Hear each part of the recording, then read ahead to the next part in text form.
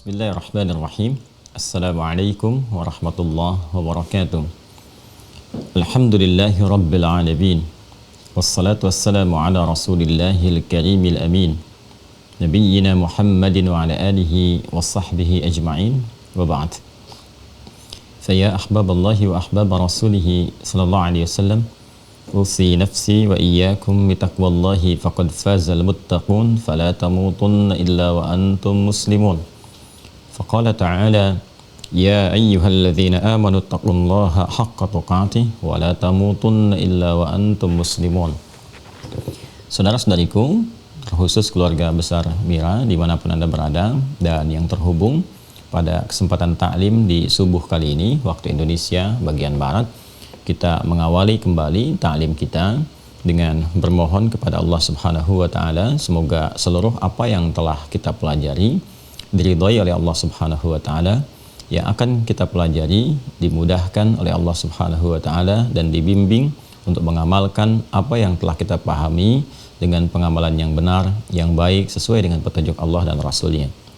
Kita bermohon kepada Allah semoga saudara-saudari kita yang berkehidupan sampai detik ini dimanapun berada namun belum beriman diberikan kekuatan agar mampu beriman, bersyahadat sebelum wafat kembali kepada Allah Subhanahu wa taala. Dan semoga para pelaku maksiat diberikan kekuatan, sentuhan dalam jiwa untuk bertaubat dan menata hidup lebih baik sehingga berpeluang mendapatkan kemuliaan, dan juga semoga kita semua kembali kepada Allah dalam keadaan yang terbaik, husnul khatimah. Baik, kita akan mencoba melanjutkan pembahasan kita, masih berada di bagian yang kedua dari 4 pokok keislaman: akidah, ibadah, muamalah, dan akhlak. Kita telah tuntaskan pembahasan akidah. Mohon dirujuk teman-teman yang baru bergabung di Mira khususnya ataupun yang menyimak kepada satu channel yang telah kami siapkan dan bahkan telah dihadirkan, mengurutkan berbagai pembahasan dari awal sampai dengan kita tuntas pembelajaran-pembelajaran di pertemuan-pertemuan sebelumnya di channel Mira Institute yang logonya seperti di belakang saya ini.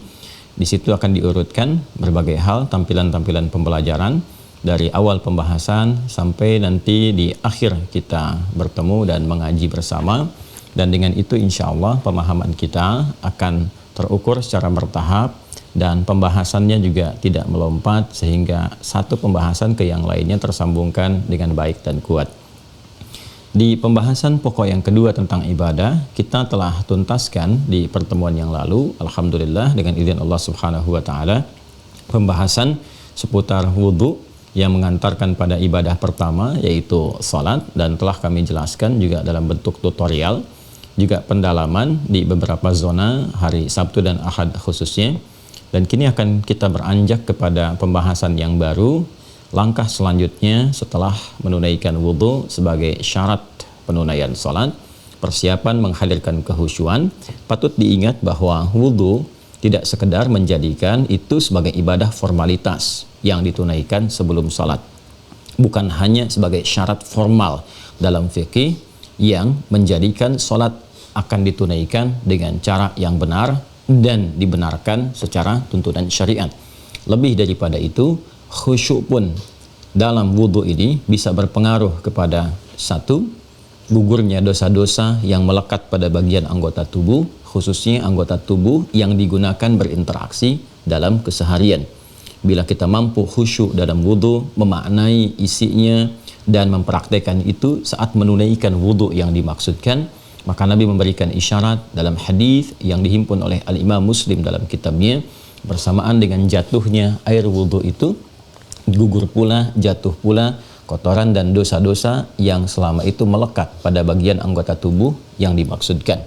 Karena itulah penting kita memaknai kembali wudhu yang terlihat seperti sederhana itu, namun ternyata memiliki pancaran-pancaran kemuliaan, al-husnu, cahaya-cahaya kegemilangan, al-dhiya, yang bukan hanya saat di dunia itu akan nampak dari pancaran perilaku baik yang mengalir dan terpancar dari anggota tubuh itu, dari mulai wajah sampai dengan ke kaki. Pun demikian, Nabi SAW memberikan isyarat bahwa itu akan menjadi penanda kebaikan wudhu, kesempurnaan perilaku dari hasil wudhu, menjadi penanda dipanggilnya umat Nabi Muhammad SAW dengan kilatan-kilatan cahaya yang memancar dari tubuhnya, seperti pernah kita uraikan di pertemuan-pertemuan yang lalu.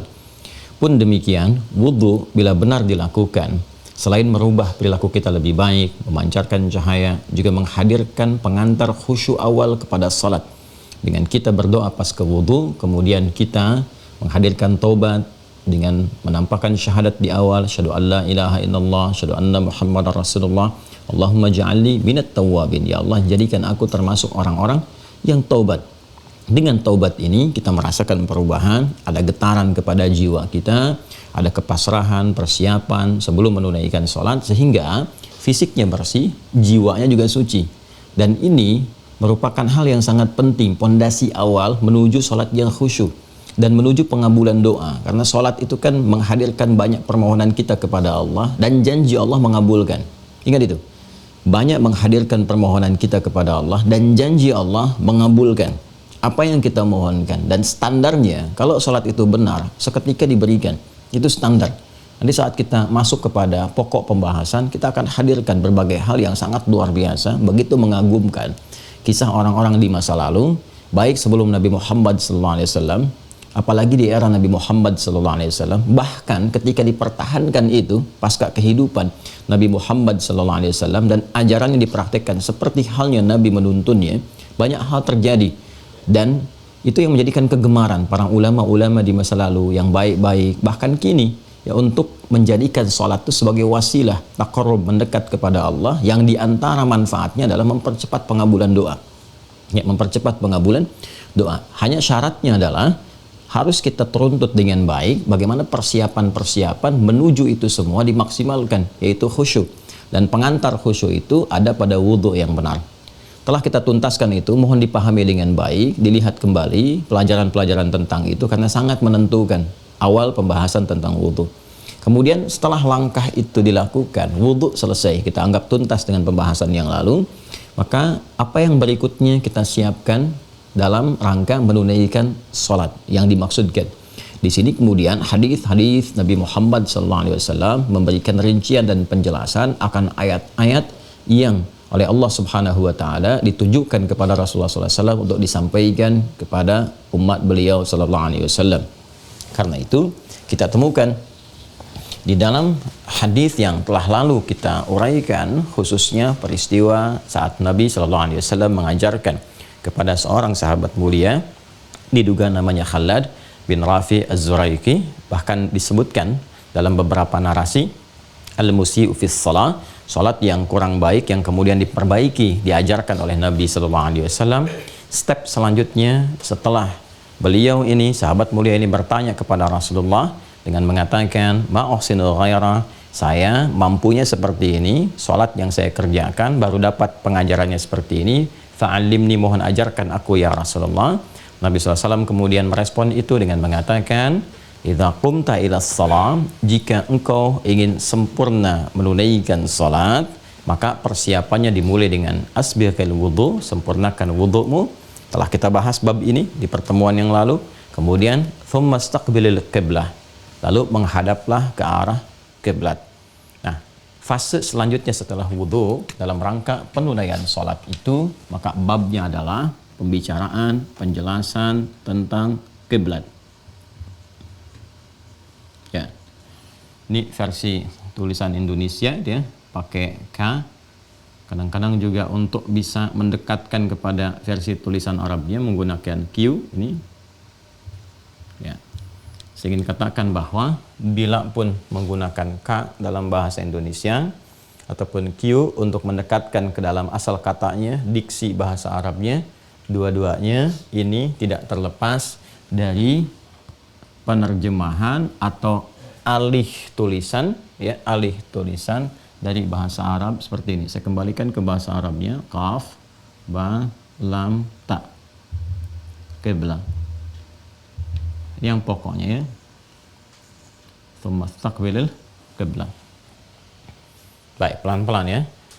Kan dalam pemaknaan, pembacaan dari satu bahasa ke bahasa lain itu ada pedoman transliterasi, ya, pedoman untuk penerjemahan dan pengalihan tanda-tanda atau bentuk-bentuk yang dari situ tulisan-tulisan bisa dibaca atau dimaknai.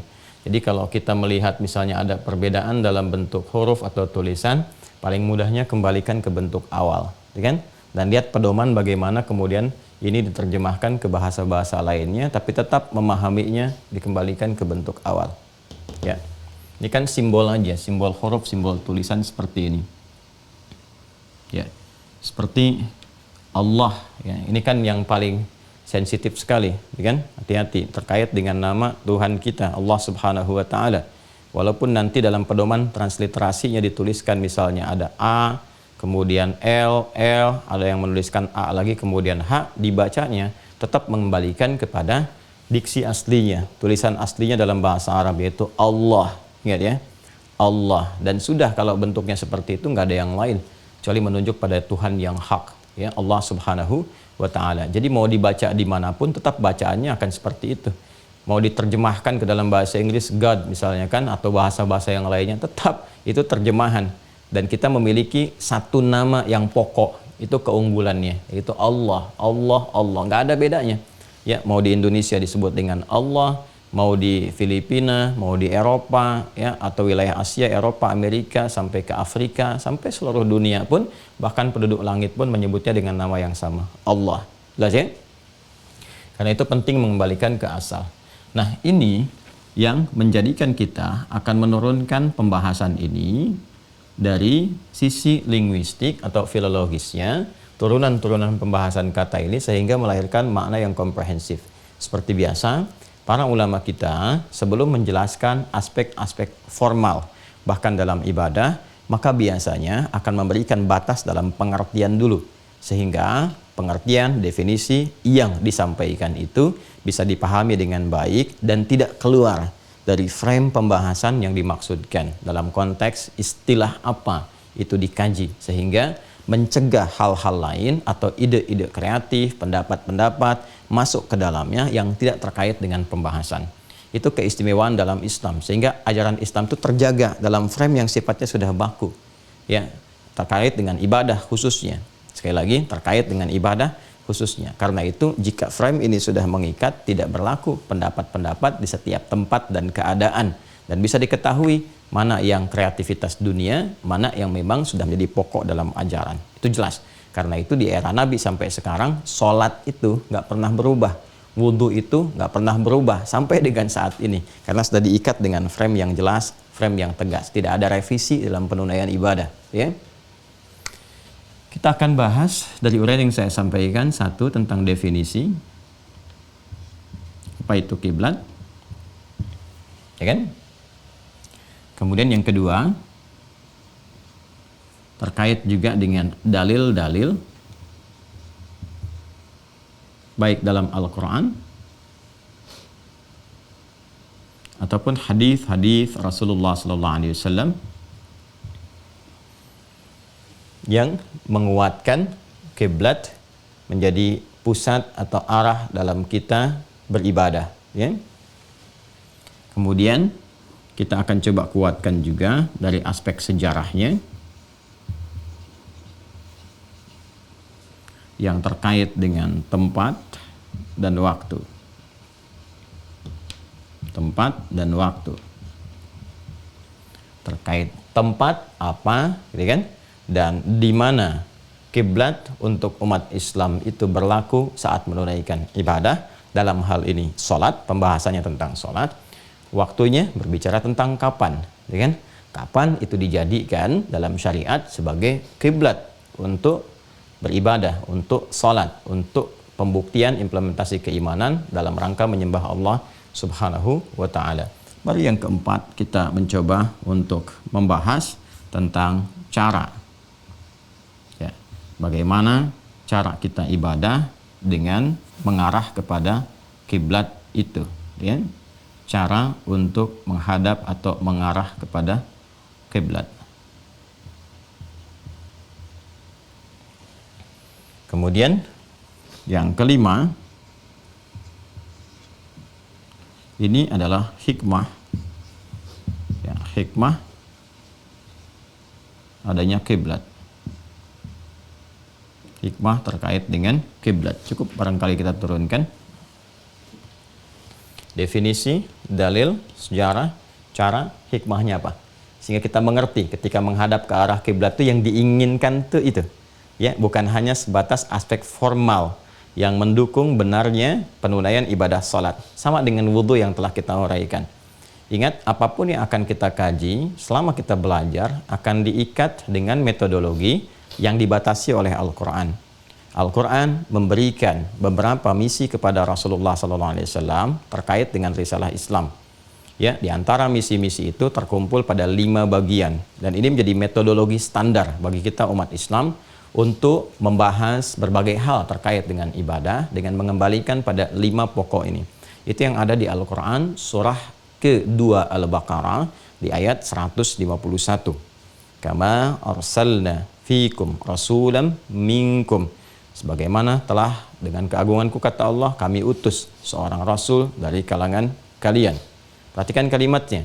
Yatlu alaikum ayatina. Pertama, tugas pokoknya adalah menyampaikan kepada kalian, memahamkan kepada kalian ayat-ayat firman-firman yang Allah sampaikan kepada beliau sallallahu alaihi wasallam sebagai pedoman berkehidupan. Itu yang dimaksud dengan Al-Qur'an. Kemudian wa yuzakkikum, dan menyampaikan, mendidik, membimbing fungsi ayat-ayat itu untuk ditanamkan kepada jiwa sehingga membersihkan keadaan hati itu yang memberikan instruksi kepada seluruh bagian tubuh untuk berekspresi. Jadi bila ayat itu digunakan dengan benar sampai kepada jiwa, dibimbing jiwa itu bersih, maka semua hal yang diinstruksikan oleh hati kita, oleh jiwa kita, baik kefikiran ataupun ke bagian tubuh terluar kita, maka akan terbimbing hal-hal yang baik. Jadi ada sekarang ini istilahnya bagus sekali dalam era kekinian disebut dengan karakter moral. Karakter moral itu segala sifat-sifat kemuliaan yang ada di dalam jiwa. Itu kalau baik karakter moralnya, kejujuran, kesabaran, ketawaduan dan sebagainya, maka dia akan memberikan pancaran kepada akal. Di situ kemudian akal menjadi budi, akal budi yang ini nanti diteruskan jadi instruksi kepada bagian seluruh tubuh kita untuk bersikap, bekerja, berekspresi, menjadi karakter kinerja, karakter sikap, ya. Ini yang menjadikan banyak orang menulis kata-kata mutiara, ya. Jiwa yang tenang melahirkan aktivitas yang cemerlang, jiwa yang bersih melahirkan perilaku yang mulia. Sumbernya semua dari hati, dari jiwa. Wa yuzakkikum wa yu'allimukumul kitab. Kemudian mengajarkan makna-makna, contoh-contoh yang terkait dengan instruksi-instruksi yang Allah sampaikan, pedoman berkehidupan di dalam Al-Quran, baik berupa perintah ataupun larangan. Turun perintah tentang salat, wa aqimus shalah. Nabi menjelaskan, begini caranya, begini prosesnya, seperti ini dimulainya, seperti ini berakhirnya. Kan? Wal hikmah, dan hikmahnya. Begini cara berwudu. Makna wudu itu begini. Kalau engkau berhasil wudunya, ini yang kau dapatkan saat di dunia. Ini yang kau raih saat di akhirat. Terkait dengan ibadah, begini makna formalnya. Terkait dengan perilaku hidupmu dan kebersihan jiwamu, begini engkau bisa mendapatinya. Tinggal kita mengecek saja parameternya. Apakah setelah wudu itu bisa mendapatkan 2 yang dijanjikan saat di dunia. Bila 2 itu bisa diraih, yang di akhirat pun itu tinggal menunggu saat kita berpulang. 2 itu aspek terkait dengan benarnya wudu yang diantarkan kepada khusyuknya salat. Yang kedua, benarnya wudu yang mengantarkan pada mulianya perilaku. Seperti yang telah kita bahas itu. Jadi, batasan-batasan pembahasan terkait dengan aspek-aspek dalam syariat diikat. Bukan hanya dengan dalil-dalil terkait ayat, penjelasan dalam hadis, kan? Tapi juga ada hikmah yang harus kita ketahui. Di samping cara yang telah kita dapati. Kemudian juga wa yu'allimukum ma lam takunu ta'lamun, mengajarkan kepada kalian hal-hal lain yang mungkin kalian belum ketahui. Karena itulah nanti ada dorongan untuk meriset. Ya, apa sih di balik ibadah ini? Kenapa seperti ini? Kenapa ini membersihkan air liur anjing itu salah satunya menggunakan tanah? Riset. Ada apa? Hal-hal unsur-unsur di balik tanah yang dimaksudkan. Ya, apakah ada zat-zat tertentu, kandungan tertentu yang bisa mematikan secara langsung misalnya bakteri-bakteri atau kuman-kuman dan semacamnya yang terkandung dalam air liur anjing itu, sehingga dengan unsur tanah yang dimaksudkan dia tidak membahayakan bagian tubuh kita, bisa dimatikan dengan unsur itu sehingga tidak menempel di dalam bagian tubuh yang membahayakan, kan? kita riset, jadikan sabun, jadikan macam-macam dan sebagainya. Itu banyak sekali dalam Islam. Nah, ini metodologi yang kita tempuh. Jelaskan dulu dalilnya apa, sejarahnya bagaimana, cara seperti apa, hikmahnya apa. Dengan seperti ini, ke dalam jiwa kita, metodologi yang ditempuh demikian, ke dalam jiwa kita akan merasakan satu kepuasan tersendiri, ya, kekuatan tersendiri dalam ibadah dan punya kekuatan argumentasi.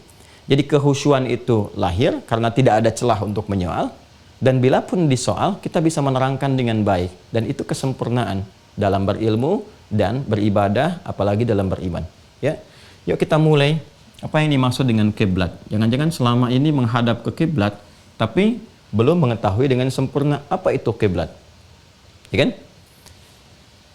Kiblat, saya kotaki ini supaya mengembalikan kepada makna asal. Ya. Kiblat ini kalau kita turunkan turunan kata dasarnya, awal sekali infinitifnya, ini sumbernya dari huruf qaf, ba, kemudian lam. Ini bisa qabala, bisa qabila, nanti melahirkan ini turunan katanya qiblah. Dengan taknya nanti bisa menunjuk kepada sifat, keadaan, atau menuju kepada arah. Ya, umumnya kalau sudah ada tak di ujungnya itu bisa macam-macam.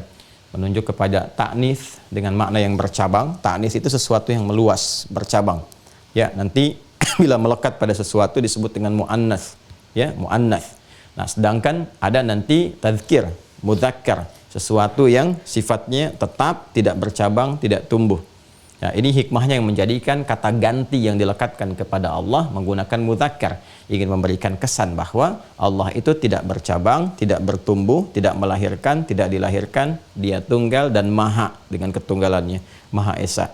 Karena itu ketika diperkenalkan kul, katakan Dia yang disebut dengan Rabb dan seterusnya itu huwa, ya, kul huwa, menggunakan huwa, bukan hiya. Kalau pakai hiya ini memberikan kesan ada bercabang, sesuatu yang meluas, sesuatu yang punya asal dan melahirkan sesuatu. Perempuan kenapa masuk mu'annats kategorinya? Karena perempuan mengandung dan melahirkan, seakan-akan ada cabang darinya yang keluar, mengandung, melahirkan. Laki-laki masuk mudzakkar karena laki-laki tidak mengandung, tidak melahirkan. Ya, itu hikmah mempelajari bahasa sehingga paham mengapa kata-kata itu dilekatkan. Dan nanti dalam bahasa itu ada derivasi, ada turunan, ada hybridnya, ya kan? Nah, kalau di ilmu bahasa Arab itu ada ilmu yang membahas tentang itu, sharaf namanya, ya, ada ilmu sharaf. Derivasi turunan-turunan itu bisa menghasilkan tatanan makna-makna baru, tapi makna baru ini menjadi perluasan yang tidak lepas dari makna asalnya. Ingat deh, itu kaidah itu. Jadi kalau kita mau membahas misalnya, ya, jalasa itu duduk, dan bukan sekedar duduk, ya, berpindahnya posisi dari rendah kepada tinggi. Kalau Anda duduk di bawah, di karpet, diminta pindah ke kursi, orang Arab akan mengatakan ijlis. Ijlis, jalansa. Kemudian kalau kita pindahkan kepada orang ketiga, akan duduk bentuknya, dia akan duduk, menjadi yajlis. Ya, menunjuk kepada dia, tapi nggak akan keluar dari konteks duduk, berpindah dari tempat yang rendah ke tinggi. Kalau kita bicara turunannya lagi disebut majlis. Majlis itu tempatnya. Tapi bukan sekedar tempat, ya. Selalu terkait dengan konteks asal tadi, jalasa tadi. Tempat yang menjadikan seseorang itu terangkat posisinya dari rendah menjadi tinggi. Karena itu ilmu tempatnya menggunakan majlis, majlis ilmu, majlis ta'lim. Kenapa? Karena dengan ilmu yang dipelajari di situ akan mengangkat derajat kita dari posisi ilmu yang rendah kepada posisi ilmu yang tinggi, sehingga tempat kita, makom kita terangkat, ya, dan dimuliakan oleh Allah melebihi yang sebelumnya. Itu diantara pemaknaannya. Itu pentingnya belajar ilmu saraf, juga turunan-turunan ilmu bahasa untuk memberikan pemaknaan yang dalam. Ya, jadi nanti saraf terkait dengan derivasinya, ilmu bahasa yang lain seperti balaghah misalnya, dalamnya ada ma'ani. Ya, di ma'ani itu kita akan dijelaskan tentang bagaimana kata-kata itu memberikan kesan pada sebuah makna. Ketika dijelaskan menjadi bayan, ketika dihiasi menjadi badi'. Nanti beberapa hal terkait itu mungkin secara spesifik bila bidangnya ada, itu bisa dikaji. Qabala, qabila, ini maknanya banyak. Ya, saya juga sudah mengecek ya di kamus bahasa Arab tentang makna-makna ini. Bisa menunjuk kepada Al-ittijah nahwa syai', kepada arah. Ya. Al-ittijah ya nahwa syai'.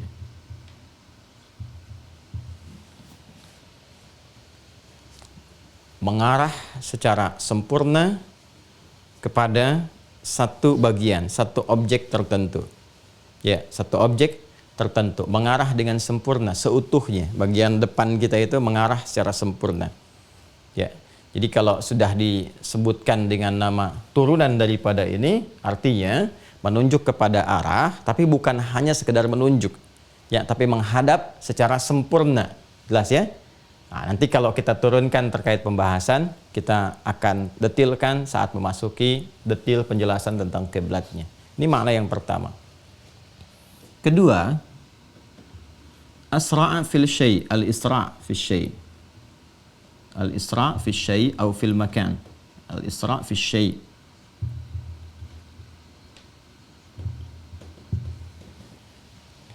Ya. Menyegerakan pada sesuatu. Ya, jadi ada unsur yang pertama, unsur arah menghadap secara sempurna. Yang kedua, ada sifat bersegera di dalamnya. Bersegera. Sudah? Kemudian yang selanjutnya, ada juga pemaknaannya dari kata ini, turunannya adalah penerimaan yang baik dan sempurna. Al-qabul, al-jayyid awil kamil. Nah, ini untuk mudah memahami ya. Lihat harakat kafnya pakai fathah ya. Ini orang Arab juga kadang-kadang suka keliru nih. Ya, bukan kubul tapi qabul. Ingat ya. Qabul bukan kubul, ingat. Qabul. Al-qabulul jayyid, penerimaan yang baik. Penerimaan yang baik, yang sempurna.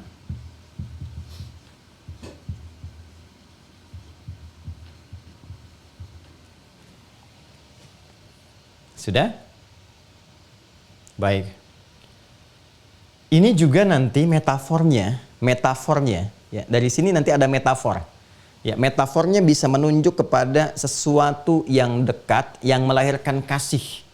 Ya, sesuatu yang dekat, yang melahirkan kasih. Ya, bahasa Arabnya al-qaribun natij ya ila rahmah. Sesuatu yang dekat, yang melahirkan kasih. Makanya dari kata ini nanti ada semacam qabula, ada qublah. Jadi ada qiblah, ada qublah. Qublah itu beda. Qublah itu kecupan namanya. Ya, biasanya kalau seorang suami mengecup kening istri ya misalnya, atau orang tua mengecup kening anak-anaknya, itu bahasa Arabnya qublah namanya. Ya, qublah. Nah, dengan kecupan itu bukankah menghadirkan kedekatan yang dengan itu menunjukkan sifat sayang, ya kan? Nah, jadi ada kesan metafor di sini juga nanti, turunan kata ini memberikan kesan metafor yang memberikan makna suasana yang dekat, ya, yang melahirkan rahmat, ya, kasih sayang. Awas, ini dalam sekali ya kajiannya.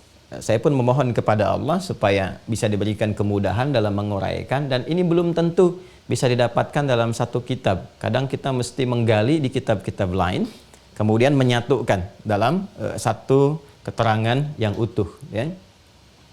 Baik, pelan-pelan teman-teman sekalian, turunan-turunan ini, semua ini tercakup dalam ini. Ya, 3 unsur kata dari 3 huruf ini, qaf, ba, dan lam. Bisa qabala, bisa qabila, dan turunan-turunannya. Bila kita ingin mengumpulkan semua ini, dan memberikan satu karakter, sifat, keterangan, keadaan, maka rubah ke dalam bentuk kata benda. Masdarnya, ya, dalam bahasa Arab disebut dengan masdarnya. Kalau masdar itu menjadi nama untuk sesuatu yang khusus, menjadi isim namanya. Makanya nanti ada masdar, ada isim masdar. Ya, kalau masdar nanti menerangkan tentang keadaan, tentang sifat, tentang karakter. Ya kan? Jalasa yajlisu jalsan wa jilsatan wa jalsatan wa julusan. Ya kan? Nah, itu sudah masuk kepada keadaan karakter. Kalau jilsah itu duduk sekilatan, gitu kan? Duduknya santai, bukan sekilatan, santai, gitu kan? Jilsah menggunakan wazan fi'lah, santai dulu, nyaman dulu. Tapi kalau sudah jalsah, duduknya singkat. Karena itu kalau ada orang rapat, gitu kan? Diskusi agak panjang, tuh menyebutnya jilsah. Al-jilsatul ula, sesi pertama, rapat berlangsung begini, begini, begini. Tapi kalau jalsah, duduk singkat, bangun lagi. Nah, itu sudah menunjuk keadaan, sifat, karakter, ya kan? Tapi kalau sudah menunjuk pada khas tertentu, yang memang berlaku di sini saja, tidak bermakna umum. Nah, ini sudah menunjuk pada nama, disebut dengan isim. Karena terkait dengan sifat keadaan karakter, maka namanya kadang disebut dengan isim masdar di situ. Kalau kita ingin kumpulkan ini dalam bentuk karakter, keadaan, sifat, dan sebagainya, rubah ke dalam bentuk kata benda, tambahkan tak di ujungnya. Maka berubah menjadi gini bentuknya, qiblah. Ya. Qiblat. Sini ya. Nah, jadi definisi qiblah secara kebahasaan kita belum mengatakan secara istilah dengan batasan-batasan syariat ya yang menunjukkannya. Kiblat secara bahasa itu setidaknya mencakup makna-makna ini. Jika disebutkan kiblat, artinya apa? Kita diminta untuk menghadirkan seluruh makna ini yang tercakup diantaranya. 1. Petunjuk untuk menghadap kepada satu arah dengan cara yang sempurna. Jadi kalau dalam konteks sholat kemudian setelah wudhu Nabi mengatakan tsumastaqbilil qiblah, kemudian menghadaplah engkau ke arah kiblat, artinya bukan sekedar menghadap. Bukan sekedar menghadap menuju arah tertentu, tapi menghadap secara sempurna. Ini.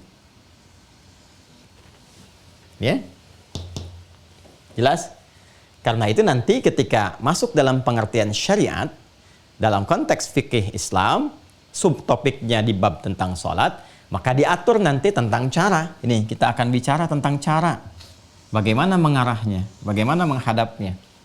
Ya, bukan sekedar menghadap, tapi nanti ada caranya.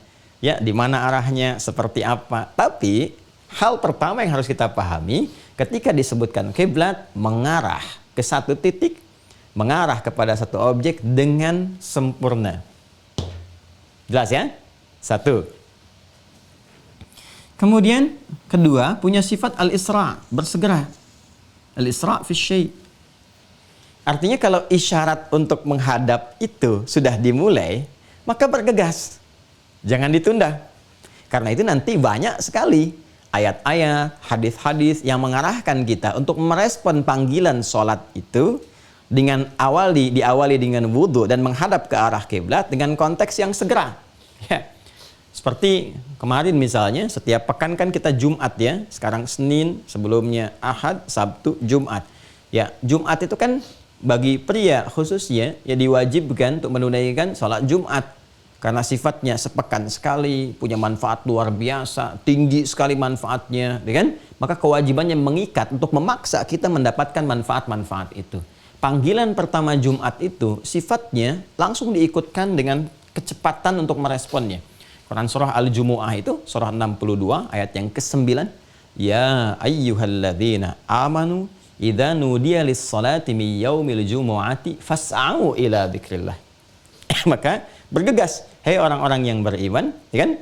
Jika engkau diseru mendengar tentang seruan ya di hari Jumat menuju zikir kepada Allah untuk menunaikan salat Jumat, fas'au ila dzikrillah, maka bergegaslah, bersegeralah. Isra, ya. Nah, kiblat itu punya makna ini juga. Jadi kalau kita sudah mendengar seruannya, sudah bersiap, ya. Apalagi seruan menghadap kiblat itu kan dan akan dimulainya sholat. Kalau berjamaah kan dikuatkan lagi dengan iqamah, ya kan? Adzan memberikan informasi kepada kita dan kesan yang kuat untuk menyiapkan bahwa waktu sholat telah tiba. Siapkan diri, wudhu, tinggalkan aktivitas, ya kan? Kemudian bergegas menuju Allah Subhanahu Wa Taala untuk beribadah, wudhu. Ya, begitu selesai wudhu, kita bersiap menghadap ke arah kiblat, iqamah kan? Ya kan?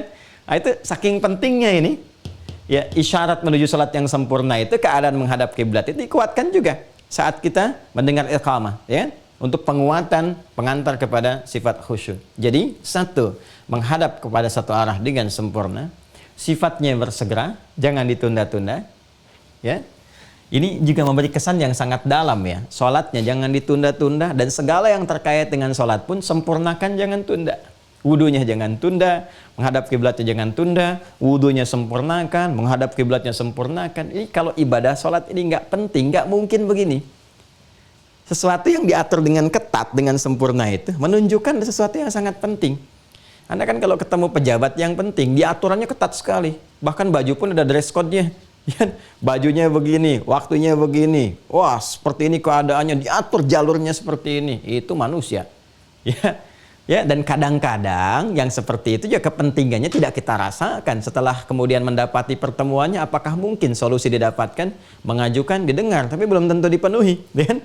Sedangkan Allah yang memenuhi segalanya, ya kan? Dan tidak, kadang-kadang membuat syarat-syarat, ya itu tidak seketat bahkan manusia membuatnya. Itulah kasih Allah, dan limpahannya melebihi apa yang diberikan makhluk, karena memang Khalik, nggak ada batasnya.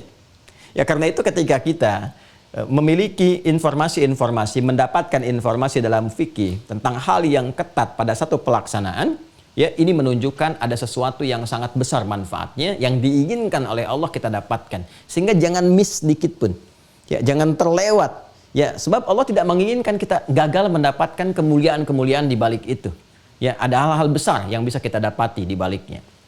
Kemudian teman-teman sekalian, ini juga mengandung arti al-qabulul jayyid awil kamil, ya kan? Penerimaan yang baik atau sempurna. Ini ada, saya buat garis miring seperti ini untuk memberikan kesan.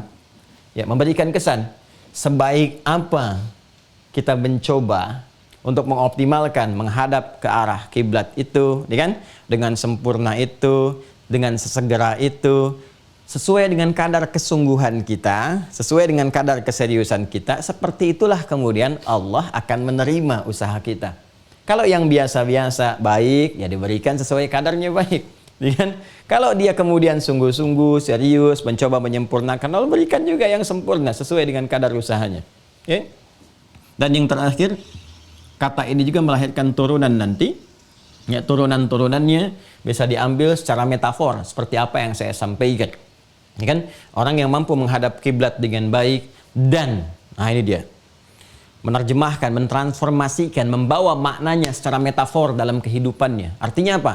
Mengarahkan segala hal dalam kehidupannya hanya tertuju kepada satu arah saja, ke kiblat. Ya, metafornya adalah menunjukkan semuanya itu ditujukan lillah saja, untuk Allah Subhanahu wa taala yang tidak punya batas dalam segala hal, termasuk melampaui segala yang kita batasi, ya, baik arah, tempat, dan sebagainya. Maka ketika semua tertuju, latihan kan ini latihan, dilatih kita dalam sholat untuk terkoneksi dengan Allah. Karena itu ibadahnya disebut dengan sholat, seperti yang pernah saya terangkan dulu, ya, yang melatih kita, mengoneksikan, menyambungkan diri kita, ya, kepada Allah Subhanahu wa taala. Jadi kalau metafor kiblat ini dibawa dalam kehidupan kita, menjadikan semua lillah, maka rahmat Allah akan diturunkan, dicurahkan kepada kita, dan hubungan kita menjadi mendekat dengan Allah Subhanahu wa taala. Ya kan? Semuanya karena yang satu, semua diarahkan kepada Allah. Ya kan? Ada satu kenikmatan, alhamdulillah sumbernya dari Allah. Ada ujian, alhamdulillah dipercaya oleh Allah untuk membawa ujian itu dalam kehidupan. Kalau semua seperti itu, rahmat diturunkan. Ya, karena itu kalau kita ngaji lebih dalam lagi, kita ambil misalnya 3 ayat di surah Al-Baqarah ayat 155, 156 dan 157. Ketika manusia diuji dengan berbagai hal dalam kehidupan, walanabluwannakum bisyai' minal khauf wal ju'i wa naqsin minal amwali wal anfus wath thamarat wa basyiris sabirin. Ya, kata Allah, dengan keagunganku akan diuji manusia itu dengan berbagai hal. Yang ujian itu didesain untuk meningkatkan kualitas hidupnya. Bukan ingin menjadikan hidup manusia bermasalah, tapi meningkatkan kualitas hidup, belajar dari persoalan itu untuk mengatasi persoalan lebih besar di step berikutnya, di tahap-tahap berikutnya. Bentuknya bisa kegelisahan, bisa rasa lapar, bisa kekurangan harta, atau bahkan ada yang sakit, meninggal, atau apa yang kita harapkan ternyata diambil oleh orang lain, ya kan? Dan berikan kabar gembira Muhammad SAW pada orang sabar. Siapa orang sabar itu? Alladzina idza asabathum musibah qalu inna lillahi wa inna ilaihi raji'un. Yaitu ketika dia diuji dengan aneka persoalan kehidupan, dia meyakini, menyadari sepenuhnya bahwa semua itu bersumber dari Allah yang ditujukan untuk hikmah-hikmah terbaik. Dan solusinya pun kembali kepada Allah. Dalam bahasa bebasnya, menjadikan semua itu terpusat kepada satu titik saja. Mengembalikan kepada Allah, ya, dan menyerahkan semuanya kepada Allah, sekaligus meminta solusi kepada Allah. Ayat 157-nya, ulaika alaihim salawatum mir rabbihim wa rahmah. Mereka itulah orang-orang yang dipuji oleh Allah Subhanahu wa taala, diberikan pujian karena tahu bagaimana cara mengatasi persoalan. Mereka tahu seninya, mereka tahu solusinya karena memanfaatkan Al-Qur'an sebagai pedoman, kan? Lalu dipuji dan diberikan rahmat. Ulaika humul muhtadun, dan saking dekatnya dengan Allah diberikan jalan-jalan, solusi-solusi, petunjuk-petunjuk untuk mengatasi berbagai persoalan kehidupan itu. Indah sekali. Ya, jadi di kiblat itu bukan hanya persoalan menghadap ke arah Ka'bah, Masjid Al-Haram, ya, dan lain-lain sebagainya yang mengiringinya, tapi lebih daripada itu ada makna ini yang kita dapati. Nah, sekarang dari titik ini saja, kalau kita bawa ke nuansa syariat kemudian, ya, melompat sedikit ya, pernah nggak dapatin makna-makna ini? Seperti manfaat sholat yang pernah kita uraikan itu, dari 5 itu berapa yang sudah diraih? Nah ini, ya. Apakah sudah ada sikap bersegera ketika menghadap kiblat? Jangan-jangan sudah qomat pun masih main handphone, ya kan? Di masjid udah kedengaran kok pakai speaker, Allahu Akbar, masih sibuk nonton sinetron, ya kan? Coba lihat, harusnya kan sifatnya bersegera. Ya, pantas, tuntutan sih begitu banyak. Ya Allah, aku mengharap rahmat-Mu. Rahmat dari mana kalau Anda perangkatnya nggak pernah diikuti gitu, ya kan?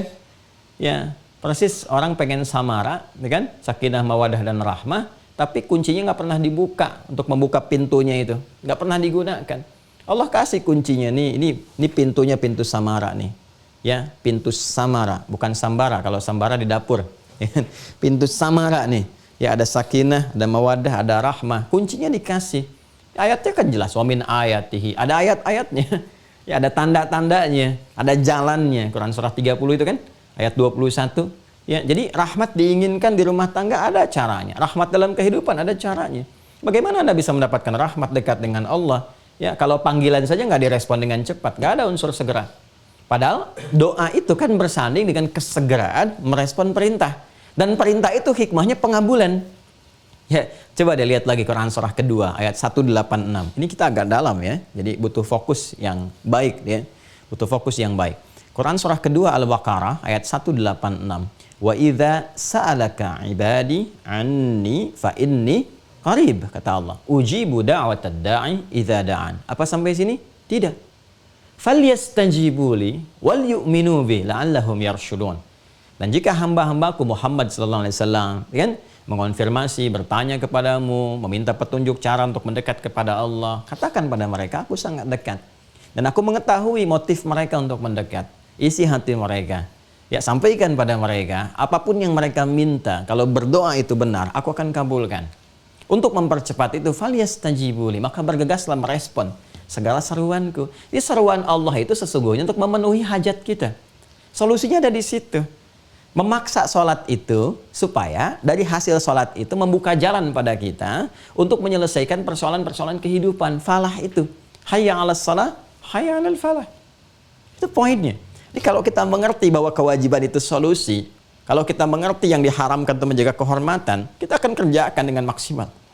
Makanya kalimatnya cuma 2, nggak ada yang lain. Sami'na wa ata'na. Kalau sudah paham tuh sami'na, kami dengar ya Allah, wa ata'na, kami taati. Nggak ada konfirmasi lagi. Nah, yang mengonfirmasi itu artinya butuh pencerahan, butuh pendalaman, butuh keluasan wawasan. Sehingga dengan itu hikmah bisa datang. Dan itu hanya bisa diterima dengan kesungguhan dan kelapangan hati. Makanya kalau sudah ngaji tentang Quran, tentang hadis, ya, apalagi masuk ke penggabungannya dalam fikih, butuh full concentration, gitu kan? Nah, jadi kalau bedakan dengan yang lain-lain, ya, nah, ikut Zoom tuh, yang lihat, kan? Kalau sambil rebahan ya sekilas-sekilas saja masuknya nanti. Nah, maka kalau waktunya pun nggak maksimal kita bisa itu, pelajari lagi saat kita bisa fokus. Sehingga manfaatnya lebih cepat kita dapatkan. Karena kalau semua 3 bagian diri kita, secara fisikal, mata memandang, telinga mendengar, kan? Kemudian akal mencermati, mengikat itu, dan hati menghayatinya, 3 itu digunakan, dahsyat hasilnya. Ya.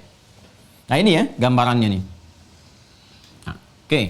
Ini dapat nih definisi secara bahasa, secara etimologi. Nah, kita masukkan bahasa ilmiahnya juga supaya bisa dipahami. Secara bahasa ini tercakup. Jadi secara syariat dibatasi, secara istilah, terminologi. Secara istilah. Istilah ini membatasi, ya kan? Membatasi definisi, penjelasan, pemaknaan tentang sesuatu yang dibatasi dengan frame istilah yang dimaksudkan. Ya kan? Ini kan masih luas nih. Masih luas. Ditarik ke dalam istilah apa? Saya sering katakan bisa. Bisa itu kan maknanya cukup beragam. Berarti dapat, mampu, bisa juga racun. Ya, dalam istilah apa bisa itu akan dibahas. Ya, kalau dalam istilah misalnya pengobatan tentang hewan, ya kita bisa simpulkan yang dimaksud di sini bisanya adalah racun. Ular itu punya bisa. Artinya apa? Dia punya racun yang berbahaya, dengan dia bisa mengatasi persoalan itu. Oh, ini bicaranya tentang kemampuan, dapat menyelesaikan. Nah, ini ditarik dalam konteks apa ini? Ya, ini penting sekali teman-teman sekalian ya. Nanti sekarang ini kan musim-musimnya kita dihadapkan pada kebebasan berpikir yang kadang saking bebasnya nggak ada ikatan. Nah, lupa dengan ini. Ya. Mau ditarik-tarik tuh, pengertian udah jelas di fikih, mau ditarik lagi. Ya, ke pemikiran-pemikiran yang keluar dari frame fikih tadi. Ya, kadang-kadang ujung-ujung mengikuti nafsu atau kepentingan duniawi tertentu. Udah ada batasan, dibikin lagi pengertian, bikin ini lagi. Ya, nah ini yang nantilah dalam dunia pemikiran kita hadirkan kalau sudah masuk ke pembahasan tentang sejarah orientalis itu, nanti saya tunjukkan. Ya, dan di antara jalur yang digunakan itu memengaruhi pemikiran. Ya, apa yang sekarang kita sebut dengan propaganda, kan? Ya, merubah cara berpikir seseorang, mindsetnya untuk ikut pada satu bagian tertentu. Nah, ini kadang-kadang kalau singgungannya sudah masuk ke dalam syariat, maka yang berbahaya adalah mencoba memberikan pemahaman baru terkait dengan tuntunan-tuntunan dalam syariat yang mengeluarkan manusia dari pemahaman-pemahaman asal pokok yang benar itu. Itu yang berbahaya. Ya, Allah sudah memberikan definisi, sudah memberikan arah, makhluk malah membatasi. Sehingga apa yang sudah Allah jelaskan itu yang bermaslahat secara luas dibawa kepada kepentingan yang lebih kecil, parsial. Yang ini tentu akan banyak perbedaan di dalamnya dan tidak sedikit menimbulkan madarat dalam kehidupan. Hati-hati ya. Jadi kalau ada paham-paham seperti liberalisme, pluralisme dan sebagainya, nah itu yang diantara anak kandung yang dihasilkan dari perpaduan-perpaduan orientalis yang telah melahirkan berbagai hal. Ya, nanti mungkin ini agak lebih ilmiah itu kajiannya. Ya, nanti data, buku dan sebagainya bisa disajikan, tapi kajiannya terpisah. Kita kesini dulu aja. Ya. Secara terminologi, secara syariat yang mengikat makna-makna ini terkumpulkan, kiblat dipahami sebagai arah, ya, sebagai arah yang menjadikan pusat ibadah, saya ulangi, yang menjadikan pusat ibadah dalam kurung salat tertuju, sebagai arah yang menjadikan pusat ibadah dalam kurung salat tertuju. Pelan-pelan. Sudah? Arah yang menjadikan pusat ibadah tertuju berupa Ka'bah di Masjid Al-Haram, berupa Ka'bah di Masjid Al-Haram, berupa Ka'bah di Masjid Al-Haram. Jadi kalau bicara Ka'bah itu bicara arah yang menyatukan kita untuk ibadah, pusat yang menyatukan kita, arahnya. Sudah? Berupa Ka'bah di Masjidil Haram yang dengan itu salat dapat diterima dengan baik. Tuh, dah? Yang dengan itu salat dapat diterima dengan baik dan melahirkan kedekatan dan rahmat dari Allah Subhanahu wa taala, dan melahirkan kedekatan dan rahmat dari Allah Subhanahu wa taala. Ini kalau kita mau masukkan definisi secara terminologi yang mengandung sifat-sifat yang dimaksudkan. Jelas ya? Jadi kalau kita masukkan ini kepada pengertian ibadah terkait dengan sholat, maka terbatasi. Kalau sudah disebutkan kiblat, maka yang dimaksudkan adalah Ka'bah al-Masjid al-Haram. Ya, Ka'bah al-Masjid Al-Haram. Nanti kalau di Masjidil Haram berarti pas ke arah Ka'bahnya, kalau di luar itu nanti minimal bisa mengarahnya ke area Masjid Al-Haram atau Al-Haramnya. Nanti bicara nanti kalau sudah masuk ke situ, ya. Sudah ya, teman-teman sekalian? Jelas ya? Baik. Kemudian ini jarang ya kita dapatkan definisi seperti ini. Taunya kan menghadap ke arah kiblat, ke Ka'bah, ke Mekah ya. Sampai di sajadah pun kan dibuat semacam petunjuknya, arahnya, kompasnya gitu kan, yang mengarahkan itu. Kadang-kadang dibuat satu miniasinya untuk menunjukkan petunjuk ke arah kiblatnya. Itu memberikan gambaran ini. Tapi tadi saya ikutkan kesan-kesan ini supaya dipahami bahwa dengan menghadap ke situ, maka kita mendapatkan penerimaan yang sempurna, ya apalagi bila diikuti dengan sifat yang bersegera. Dan dengan itu bisa diraih kedekatan dan rahmat dari Allah Subhanahu wa Ta'ala. Makanya kalau orang menghadap kiblatnya itu benar, ya beda rasa yang didapatkan dalam sholatnya, kan? Kehusyuan yang diraihnya. Kemudian dari situ muncul percikan dan curahan-curahan kemuliaan lewat apa yang disampaikan dari perluasan rahmat tadi. Baik ya?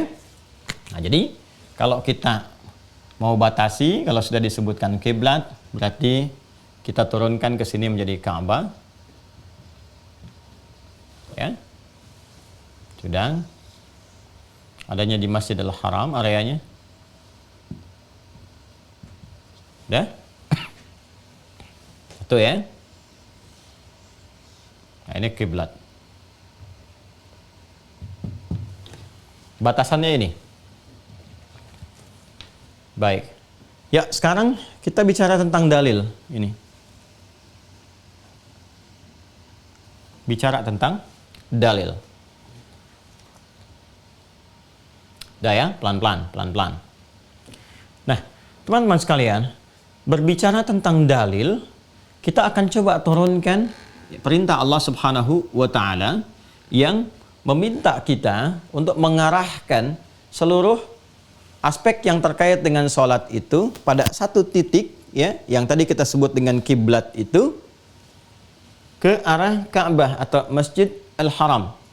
Kita temukan ini di Quran. Ini harus ada landasan ya, karena sifatnya ibadah. Masih ingat dulu dasarnya mesti ada dalil. Ya, karena ibadah itu keterkaitan dengan penyembahan kepada Tuhan, kepada Allah. Kalau sudah terkait penyembahan kepada Tuhan, maka kita harus bertanya kepada Tuhan, kepada Allah Subhanahu wa Ta'ala.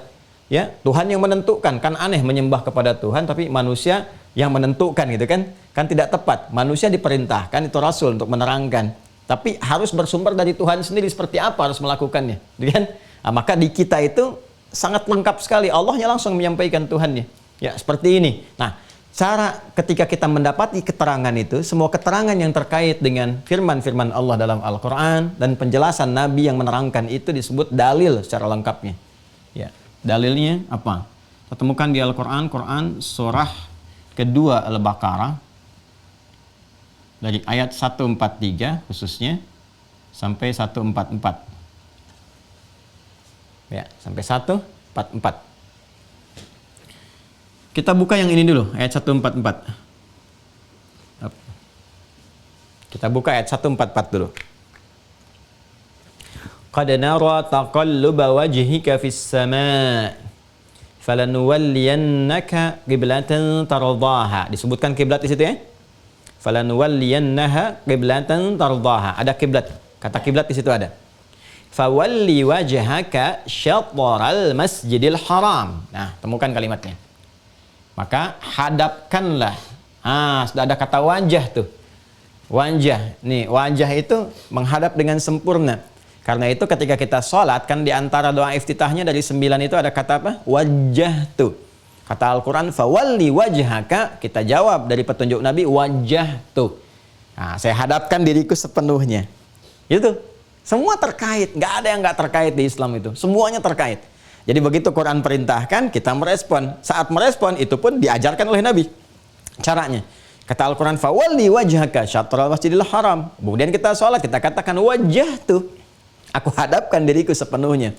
Ya, atas perintah Allah gitu kan. Kepada yang Allah perintahkan. Dan puncak itu secara metafornya kan apa? Secara metafornya mengarahkan semua lillah karena Allah Subhanahu wa Ta'ala. Makanya saat kita mengatakan wajhtu wajhiya lilladzi fataras samawati wal ard. Ya kan? Ya, bukan karena Ka'bahnya, bukan karena bendanya, ya, karena perintah Allahnya. Perintah Allah yang telah menciptakan semesta ini. Makanya mau diperintahkan kemanapun kita ikuti. Ya, karena itu spirit dari Ka'bah ini sesungguhnya bukan tempatnya. Di Islam itu tidak ada pengkultusan terhadap tempat, tidak. Ya, tapi kemuliaan tempat itu menunjukkan pada kemuliaan perintah untuk memuliakannya. Itu. Ya, bahkan dalam ibadah pun. Makanya iblis itu ketika dia tidak hormat, sujud hormat kepada Adam, itu yang disoal oleh Allah itu bukan sujudnya, bukan hormatnya, dan bukan Adamnya, tapi perintahnya. Ya, masih ingat kan di Quran surah ke-7 itu, Al-A'raf di ayat ke-12 ya sampai 13-nya itu, ketika Allah berfirman, "Ma mana'aka alla tasjuda idz amartuk." Apa yang mencegah engkau untuk hormat sujud kepada Adam ketika aku perintahkan? Perintahnya yang penting, bukan hormatnya.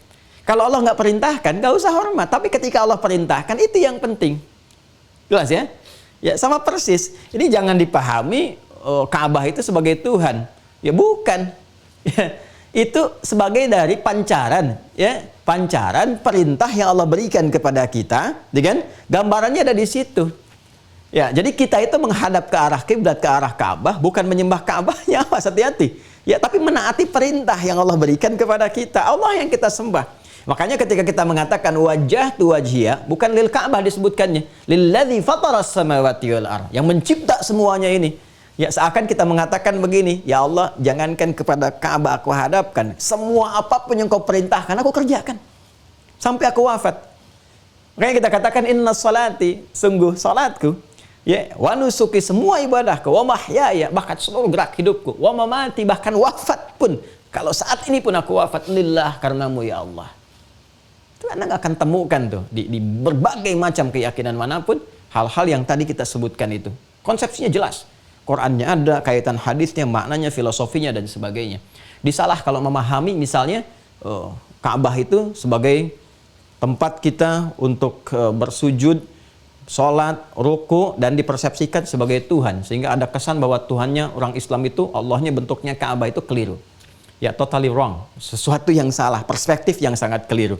Ingat ya, tadi dasar apa yang kita sampaikan. Nah, dan yang paling menarik, bukti dalam Islam tidak ada pengkultusan kepada satu tempat tertentu, tapi kemuliaan, memuliakan tempat itu ada. Ingat ya, pengkultusan itu mengangkat kemuliaan sesuatu melebihi porsi yang telah ditetapkan untuknya. Ya, alih-alih kita memuliakan, naikkan jadi status Tuhan. Nah, itu nggak boleh.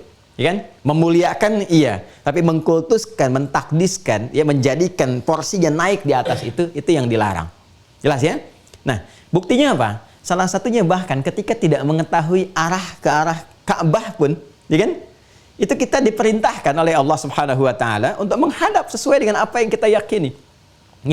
Ya, kita berusaha ikhtiar mencari. Nggak tahu nih, ada petunjuk. Kadang kan mudah di alam dilihat matahari. Apalagi di Indonesia tuh Masya Allah enak sekali. Ya, umumnya arah Ka'bah kan ke arah barat tuh. Ya, matahari terbit dari mana? Dari timur, tinggal dilihat lawan arahnya. Saya kalau ke ruang terbuka, kan kalau sekarang enak kan? Ya, tinggal di handphone buka, ada kompasnya, arahkan, sekian derajat, ketemu deh. Dengan ukurannya. Kalau kadang-kadang kan kita nggak bawa itu semua, nggak tahu, tinggal lihat aja ukuran matahari ada di mana nih. Terbit dari arah mana?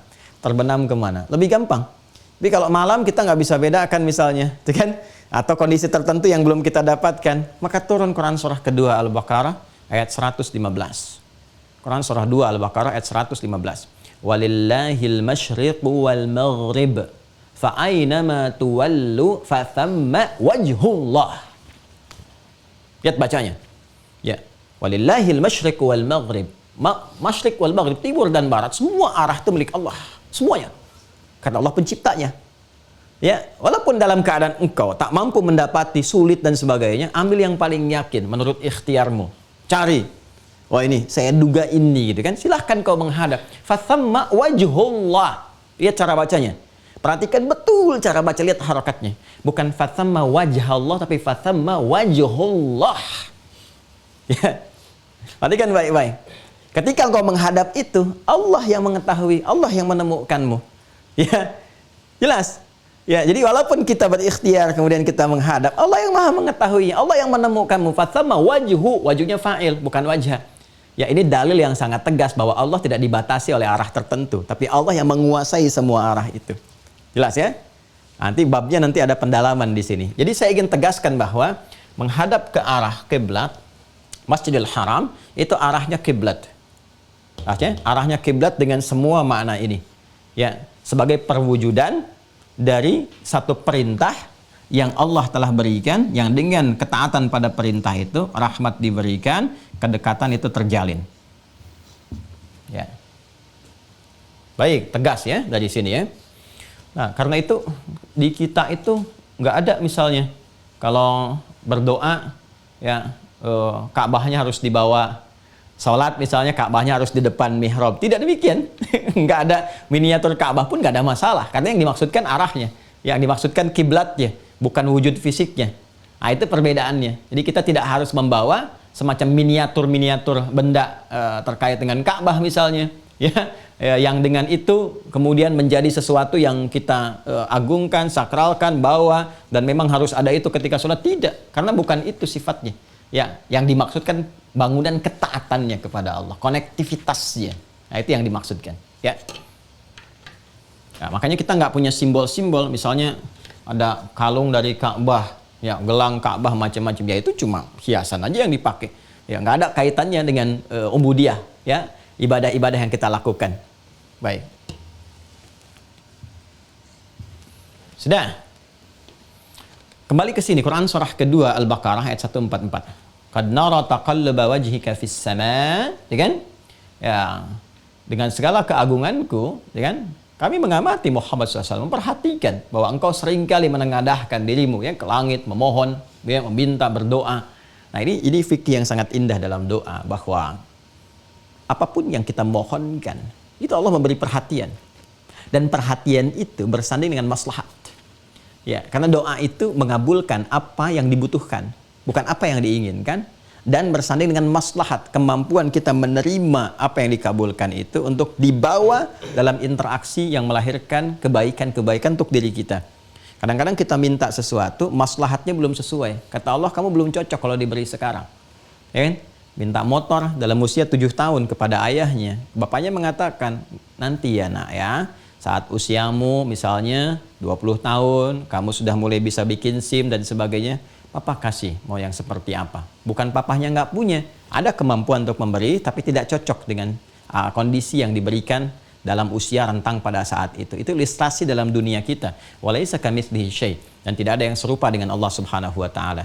Nabi Muhammad SAW dikisahkan selama 16 sampai dengan 17 bulan kurang lebih dengan memohon kepada Allah Subhanahu wa taala agar kiblat itu, arah itu berdasarkan perintah Allah diarahkan ke sini, ke Masjid Al-Haram. 16 sampai 17 bulan minta. Nah, ini menarik nih. Nah, berarti pengertian sederhananya, sebelum menghadap ke sini, ke Masjidil Haram, selama 16-17 bulan ini menghadap kemana? Ya. Nah, menghadap kemana nih? Kita sudah tahu semua ya, insya Allah.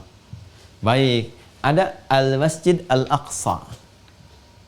Al-Masjid Al-Aqsa.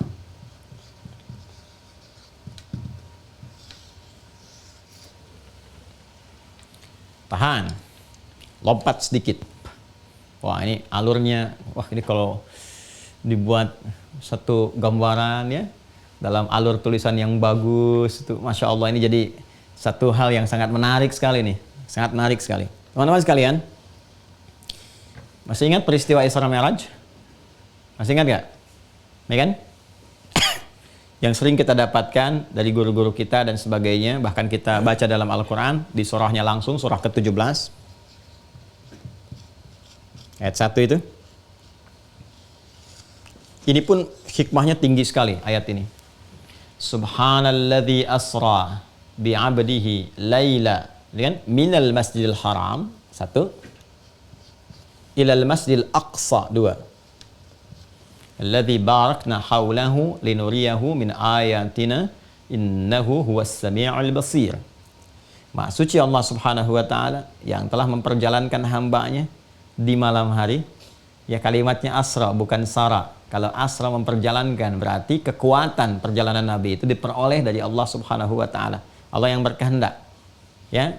Dan ini kalau dibuka dengan kalimat subhan, menunjukkan kepada konteks pengabdian dan penyucian. Artinya yang dikhitab iman. Jadi perkara Isra Mi'raj itu perkara iman, bukan perkara akal. Ingat ya, kalau sudah iman berarti tingkatnya lebih tinggi daripada akal. Ya, akal itu punya keterbatasan, seperti mata punya keterbatasan dalam memandang, telinga punya keterbatasan dalam mendengar, maka akal pun punya keterbatasan dalam melogikakan dan memikirkan sesuatu. Bergantung kepada informasi, data yang masuk kepada bagian diri itu yang dicerna. Kalau nggak sampai, nggak bisa dilogikakan, nggak bisa dicerna. Gitu kan? Nah, maka di sini yang dikhitab iman. Iman lebih tinggi daripada akal. Iman itu terkait dengan keputusan Allah. Kalau Allah berkehendak bisa melewati, melampaui hal-hal yang dilogikakan oleh akal. Akal mengatakan hubungan sebab akibat, kausalitas. Ada anak karena ada orang tua, ada bapak, ada ibu, ada anak. Dari hubungan biologis itu menghasilkan anak. Tapi kalau Allah berkehendak perkara iman, akal nggak bisa menjangkau.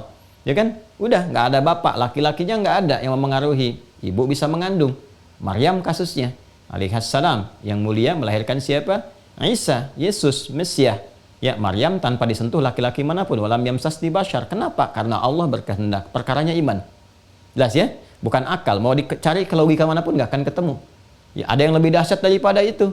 Ya, Maryam itu masih ada, Isa itu masih ada Maryam ibunya. Ada yang tanpa bapak, tanpa ibu, Adam alaihissalam. Allah berkehendak jadi. Jadi kalau kehendak Allah itu dibacanya lewat iman. Ya, nanti iman mendatangkan hikmah. Ketika hikmah datang, akal akan dibimbing. Oh, begini, baru mengerti. Oh, gimana Nabi Muhammad bisa pergi bolak-balik gitu, Masjidil Haram, Masjidil Aqsa, naik ke langit lagi. Ya, cuma dalam sekelebat sepertiga malam balik lagi. Ya, susah diakalkan. Ya, pada saat itu kekinian ada yang demikian, tapi perkara iman. Nanti kalau yakin dulu hikmah datang. Ya, sama dengan semut. Saya dari Bekasi ada semut nempel, ya kan? Dalam ini peci misalnya kan nggak kelihatan di atas, ya di peci nempel. Saya kemudian ke Bintaro ceramah hampir 3 jam, ya balik lagi ke Bekasi, gitu semut nih. Begitu saya simpan peci ke tempat semula, semut turun lagi, ketemu kawannya. Tahu nggak bro, gitu kan? Kenapa? Barusan saya ke Bintaro, balik lagi ada semut ke yang lainnya. Wah, nggak mungkin lah, masa kamu ke Bintaro cuma dalam 3 jam itu kan bolak-balik ke sini. Ya, bagi semut yang satu dia akan menganggap nggak mungkin. Kenapa? Semut. Dia nggak tahu kalau barusan semut tadi nempel di peci, ikut saya pakai mobil bolak-balik. Itu sesuatu yang sederhana. Itulah hikmah. Itulah hikmah gitu ya. Jadi kalau kita itu imannya kuat, tinggi, Allah bimbing lewat hikmah, jadi mengerti, paham. Nah, sekarang kita melihat ada Apollo, ada macam-macam, ada ya macam-macam. Bahkan sekarang udah ada liburan ke ruang angkasa. Dulu orang nggak kebayang situ. Ya. Dah, kembali ke sini supaya tidak terlalu melebar. Minal Masjidil Haram, 1, ilal Masjidil Aqsa. Lihat urutannya. Pertama disebutkan Masjidil Haram dan Masjidil Aqsa. Ya. Namun menariknya, ketika peristiwa Isra Mi'raj ini, masih ingat gak yang saya sampaikan dulu waktu sejarah awal dimulai perintah sholat, ya kan? Ini kan usia Nabi 52 tahun. Dan fase Mekah, sejak Nabi diangkat, dilantik menjadi Nabi dan Rasul, ya kan? Di usia 40 tahun itu, sudah berjalan fase Mekah Makkiyah itu 12 tahun. Sedangkan kita ketahui, fase di Mekah itu berlangsung selama 13 tahun. Ya kan? Nah, selama 13 tahun. Masih ingat gak? 3 tahun itu pemantapan Nabi, ya, pemberian pengetahuan kepada Nabi secara sempurna sebelum disampaikan risalahnya. 10 tahunnya dakwah terbuka dengan turunnya surah Al-Mudaththir itu. Ya kan? Nah, artinya apa? Ini perintah Isra dan Mi'raj dilangsungkan dan membawa oleh perintah salat, ya kan? Selama 5 waktu itu, perintahnya berlangsung setahun sebelum hijrah. Hijrahnya kan ke Yathrib, yang kelak jadi Madinah Al-Munawwarah itu. Setahun sebelum hijrah. Setahun itu berapa bulan? 12 bulan. Ya kan? Awas, hati-hati. Setahun itu berapa bulan? 12 bulan. Nah, sedangkan di sini ada keterangan turunnya ayat ini memberikan kesan bahwa sebelum menghadap ke Masjidil Haram, ya kan? Nabi SAW kan bermohon, berdoa kepada Allah supaya dialihkan ke Masjidil Haram. Sebelum ini kemana kiblatnya? Ya, karena kan perintahnya turun tuh setahun, ya, sebelum hijrah 12 bulan. Sementara ini memohon 16 sampai 17 bulan. Berarti kan saat awal hijrah ke Yathrib pun yang kelak menjadi Al-Madinah Al-Munawwarah, kalau 12 kita tambahkan sehingga sampai 16 ke 17, berarti 4 sampai 5 bulan. keberadaan di awal-awal di Madinah ini. Kiblatnya kemana? Nah ini dia. Ya, baik dalam sejarah, ya kan, dalam dalil-dalil, dalam hadis-hadis Nabi Muhammad SAW yang diajarkan kepada kita ditunjukkan, maka jawaban dari sini semua kita bisa lancak lewat apa? Nah, ini sejarah yang mengacu kepada keterangan ini. Pelan-pelan tuh, pelan-pelan ya. Ini dalam sekali kajian-kajian hikmahnya. Yuk kita lihat, kita lacak dalam sejarah, tempatnya, waktunya, keterangan-keterangan terkait di Al-Quran, hadis-hadis Nabi Muhammad SAW, ya, ketika awal mula perintah sholat itu diperintahkan kepada Rasulullah SAW, pulang dari peristiwa Isra ini, hadis-hadis memberikan gambaran bahwa arah kiblat mengarah untuk ibadah, untuk sholat dan sebagainya, pertama kali dilakukan ke sini, ke Masjid Al-Aqsa.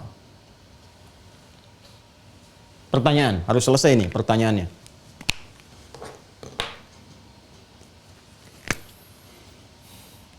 Ini Masjidil Haram Ka'bah.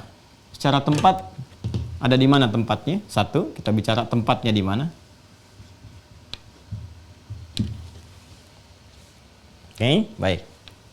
Dua, tadi terkait dengan waktu untuk menunaikan ibadah itu, durasinya sebagian sudah terjawab. Yang ketiga, mengapa pertanyaannya? Mengapa?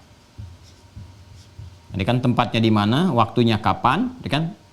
Di mana, kapan, mengapa awal mula kiblat itu ke Masjidil Aqsa, selanjutnya ke Masjidil Haram. Kenapa tidak langsung saja ke Masjidil Haram? Ya kan?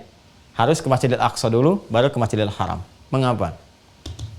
Nah, untuk menjawab ini, teman-teman sekalian, yuk kita gali dulu dari segi sejarah ini. Dan sejarah ini nggak akan lepas dari keterangan-keterangan dari Al-Quran dan hadis. Baik, Masjidil Haram, Masjidil Aqsa sudah ditemukan dalilnya di Al-Quran, disebutkan. Quran surah 17 ayat yang pertama. Ini Masjidil Haram ditemukan, Masjidil Aqsa ditemukan. Subhanalladzi asra bi'abdihi lailam minal Masjidil Haram ilal Masjidil Aqsa. Clear? Penunjukan tempatnya ada. Ya kan? Ini Aqsa disebutkan oleh para ulama. Kenapa disebut dengan Aqsa? Menunjuk makna jarak dari Masjidil Haram, yang jaraknya cukup jauh untuk ditempuh. Kan? Saya ulang. Yang jaraknya cukup jauh untuk ditempuh. Normalnya ukuran jarak dalam pandangan manusia.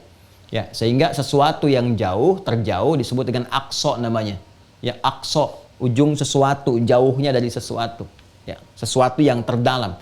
Makanya orang sudah populer, sudah viral sekali di kalangan masyarakat Arab pada masa itu, Masjid Al-Aqsa sudah pada tahu. Ya, dan tahu jaraknya jauh dari Masjidil Haram. Karena itu mereka menempuh perjalanan bisa berbulan-bulan. Ya, kan dulu pakai unta, ya, ada yang pakai kuda, ada macam-macam. Mau kemana? Ke masjid yang jauh dari sini. Ya, tempatnya di Palestina. Itu kan jauh dari sini. Jauh, itu bahasa Arabnya Aqsa. Ya, karena itu di lisan orang-orang mereka mengatakan bahwa masjid yang dimaksudkan, yang ada di tempat yang suci, yang baik, itu kan, di wilayah Palestina sekarang itu, ya, mereka namakan dengan Al-Masjid Al-Aqsa untuk menunjuk keadaan jauhnya dari Masjidil Haram secara jarak. Jelas ya? Baik. Pelan-pelan, pelan-pelan. Sudah? Yuk, sekarang kita selesaikan dulu ya. Jadi ini sudah kita temukan. Ini yang ada di Palestina. Alladzi barakna haulahu wilayah Syam. Sekarang ada di Palestina. Ini tempatnya di mana? Di Palestina. Yang ini kita ketahui adanya di Mekah. Ya. Mekah itu dalam bahasa Arab itu huruf mim. Ya, ada lisan orang Arab kadang disebut dengan ba. Ya, jadi ada suku-suku di Arab itu menyebut mim dengan ba. Ya, jadi kalau dia pakai mim, ini pakai ba. Itu biasa. Biasa kalau kita masuk ke gramatikal bahasa Arab kita temukan. Ada yang sin menyebut dengan sod, ada yang menyebut sin sod dengan zai, ada. Itu biasa. Dan kalau mau ngaji bahasa Arab, pindah grammarnya, cara berpikirnya dengan menggunakan bahasa Arab. Jangan memahami bahasa Arab dengan bahasa Indonesia. Jelas ya? Sama kalau mau ngaji fikih tentang Islam, masuk dulu ke dalam Islam. Lihat. Ya, jangan dibawa kepada pola pikir kita. Ya, ingat itu cara-cara berpikir yang normal, yang jelas. Nah, sekarang apa pentingnya saya katakan ini? Jadi kalau Anda misalnya mendengar Mekah, ya Makkah itu kan harokatnya sebetulnya orang Indonesia yang pakai e. Ya, kalau dalam diksi aslinya bahasa Arab kan begini. Mimnya pakai ini fathah, Makkah. Ya. Makkah. Makkah. Pakai A sebetulnya, Makkah. Ya, cuman kadang-kadang kan suka ada imalah atau penyesuaian, itu kan di lisan saja. Saya mau ke Mekah gitu kan, itu lisan.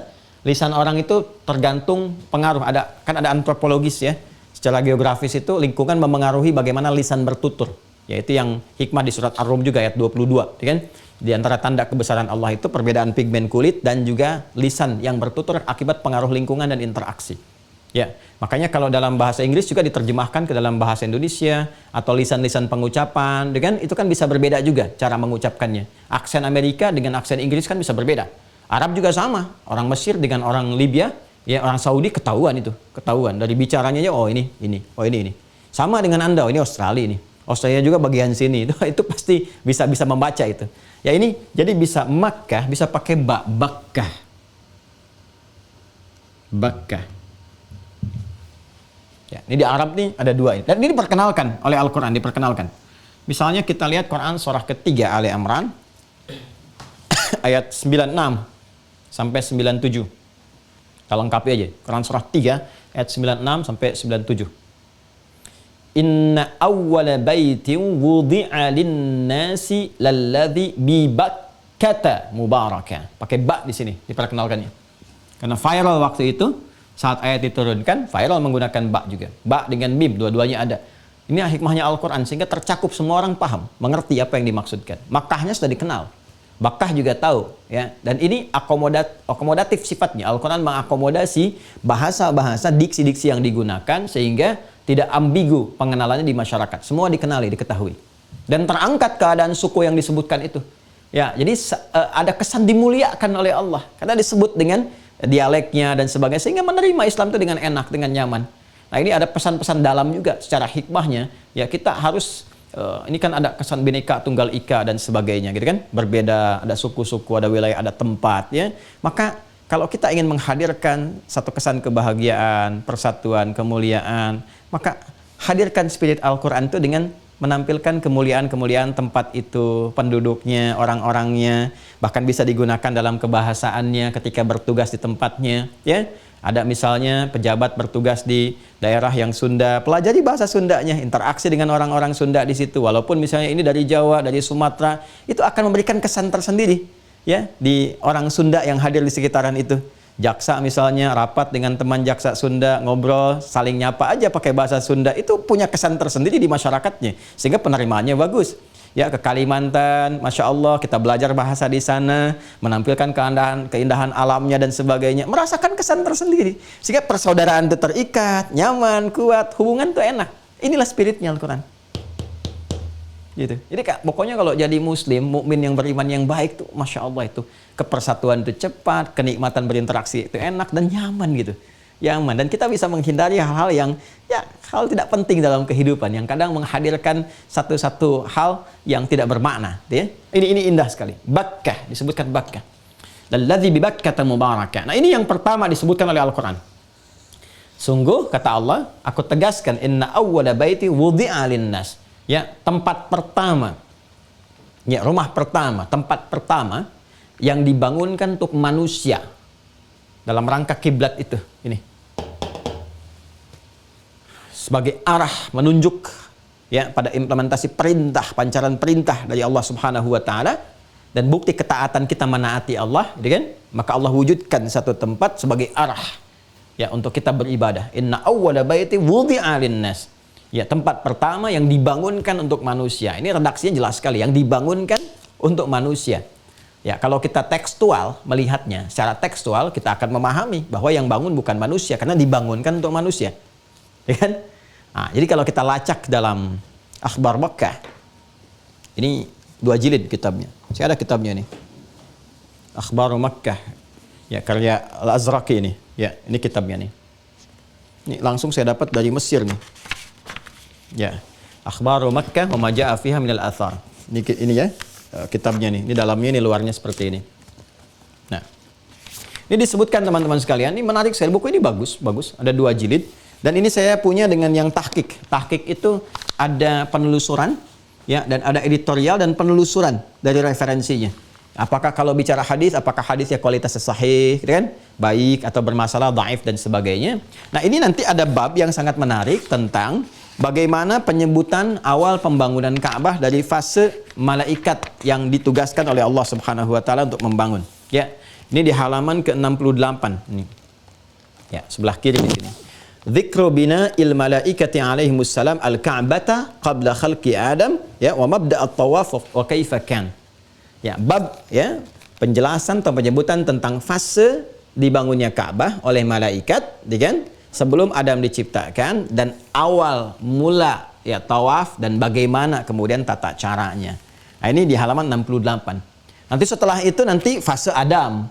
Bagaimana setelah malaikat ditugaskan sebelum Adam turun. Jadi kalau kita melihat urutan ini disebutkan hadis-hadis, di bawahnya ada kualitasnya, ya. Ini secara cepat saja ya.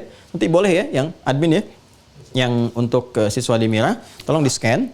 Ya, di-scan, nanti kemudian di pengayaan boleh nanti saya bacakan, Anda ikuti. Anda bisa menyimak, di-scan, di-upload, nanti teman-teman bisa download ini ya. Baik. Kemudian di sini nanti disebutkan fase setelah itu Adam. Adam turun, ya bagaimana kemudian diperintahkan oleh Allah Subhanahu wa taala untuk menghadap ke arah kiblat, ke Ka'bah itu ya, dalam ibadah yang Adam kerjakan, karena salat kan sudah dikerjakan. Ya, bahkan ini nanti ada hadis-hadis yang spesifik terkait dengan Adam, ini di halaman berikutnya. Nah, ini ada zikru ziaratil malaikah dulu alaihissalam al baitul haram. Jadi malaikat kalau bertugas ke bumi itu mereka tawaf dulu di Ka'bah seperti mereka tawaf di Baitul Ma'mur, ya. Tawaf di Baitul Ma'mur, bertugas di bumi pun mereka tawaf tuh. Tawaf, saya Masya Allah pernah ada satu hal yang menarik ya di Citra saat Ramadan itu, mungkin di YouTube mungkin ada ya. Dulu saya pernah lihat video aja itu. Ya, bagaimana heboh di sekitaran Ka'bah itu melihat cahaya gitu kan, naik dari Ka'bah itu ke atas dan sebagainya. Itu kan gambaran citra saja. Kadang-kadang ada tanda-tanda kauniyah. Tapi kita meyakini ya bahwa saat tawaf dan sebagainya itu kan tawaf di lingkungan bumi yang kita lakukan seputaran Ka'bah, seperti malaikat bertawaf juga. Dan di sini nanti Anda akan baca kisah. Anda percaya aja dulu ya. Kan saya udah baca kitabnya. Nanti saya terangin. Ya, percaya aja dulu karena waktunya terbatas gitu. Nanti kita baca.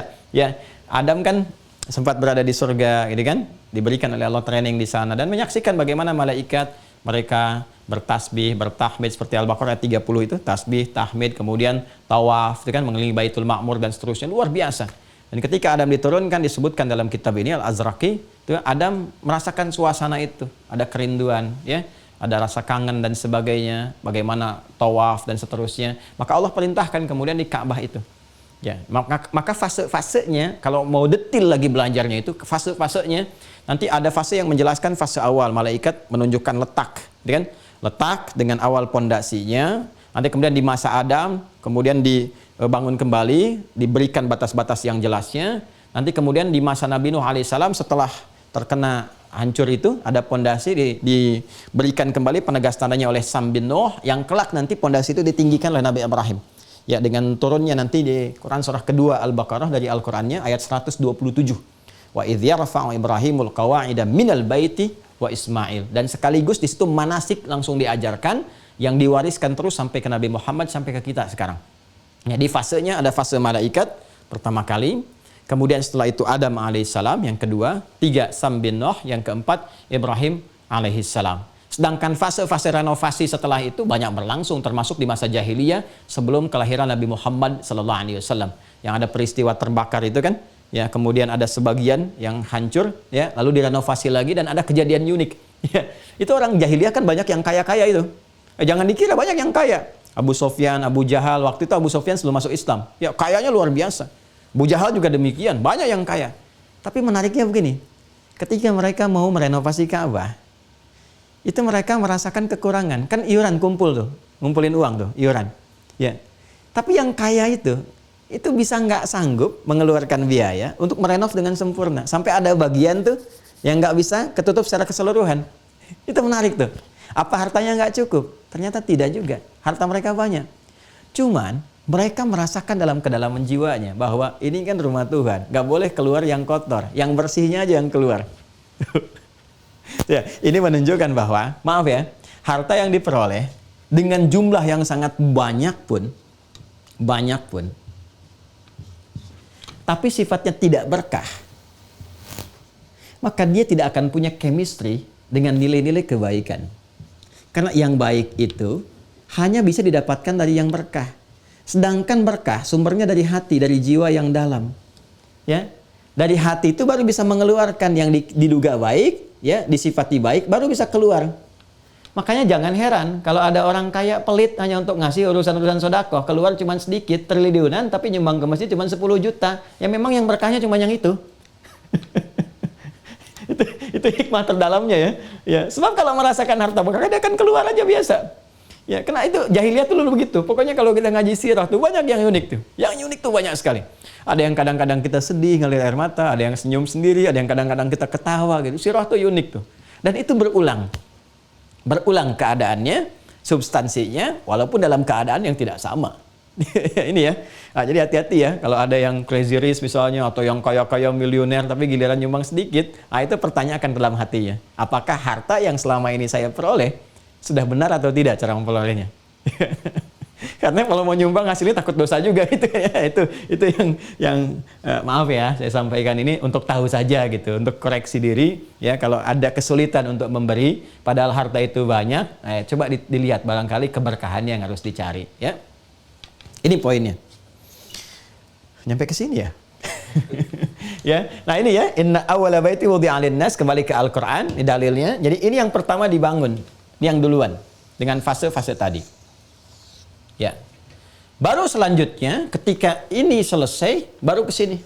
Jadi ini urutan kedua nih. Urutan kedua. Ka'bah dibangun terlebih dahulu, baru ke sini. Al-Masjid Al-Aqsa. Ini Masjid Al-Aqsa itu masjid lama. Ya, bukan era Nabi Muhammad dibangun. Bukan era Nabi Daud, Nabi Sulaiman itu dibangun, bukan. Ya, sudah awal sekali. Bahkan kita bisa lacak dalam hadis. Nabi sendiri yang nyampaikan. Ini kan yang paling otentik ya, keterangan Nabi itu paling otentik karena Nabi dibimbing wahyu. Wa ma yantiqu 'anil hawa in huwa illa wahyu. Bukan di Al-Bukhari. Al-Bukhari. Ini unik juga nih nomor hadisnya nih. Nomor hadisnya 3366. Kayaknya gampang ngapalin hadis itu. Ya insya Allah ya nggak susah. Kalau Quran itu mudah, hadis juga lebih gampang. Kalau Quran itu mudah, akan diberikan kemudahan juga ke hadis itu. Ya.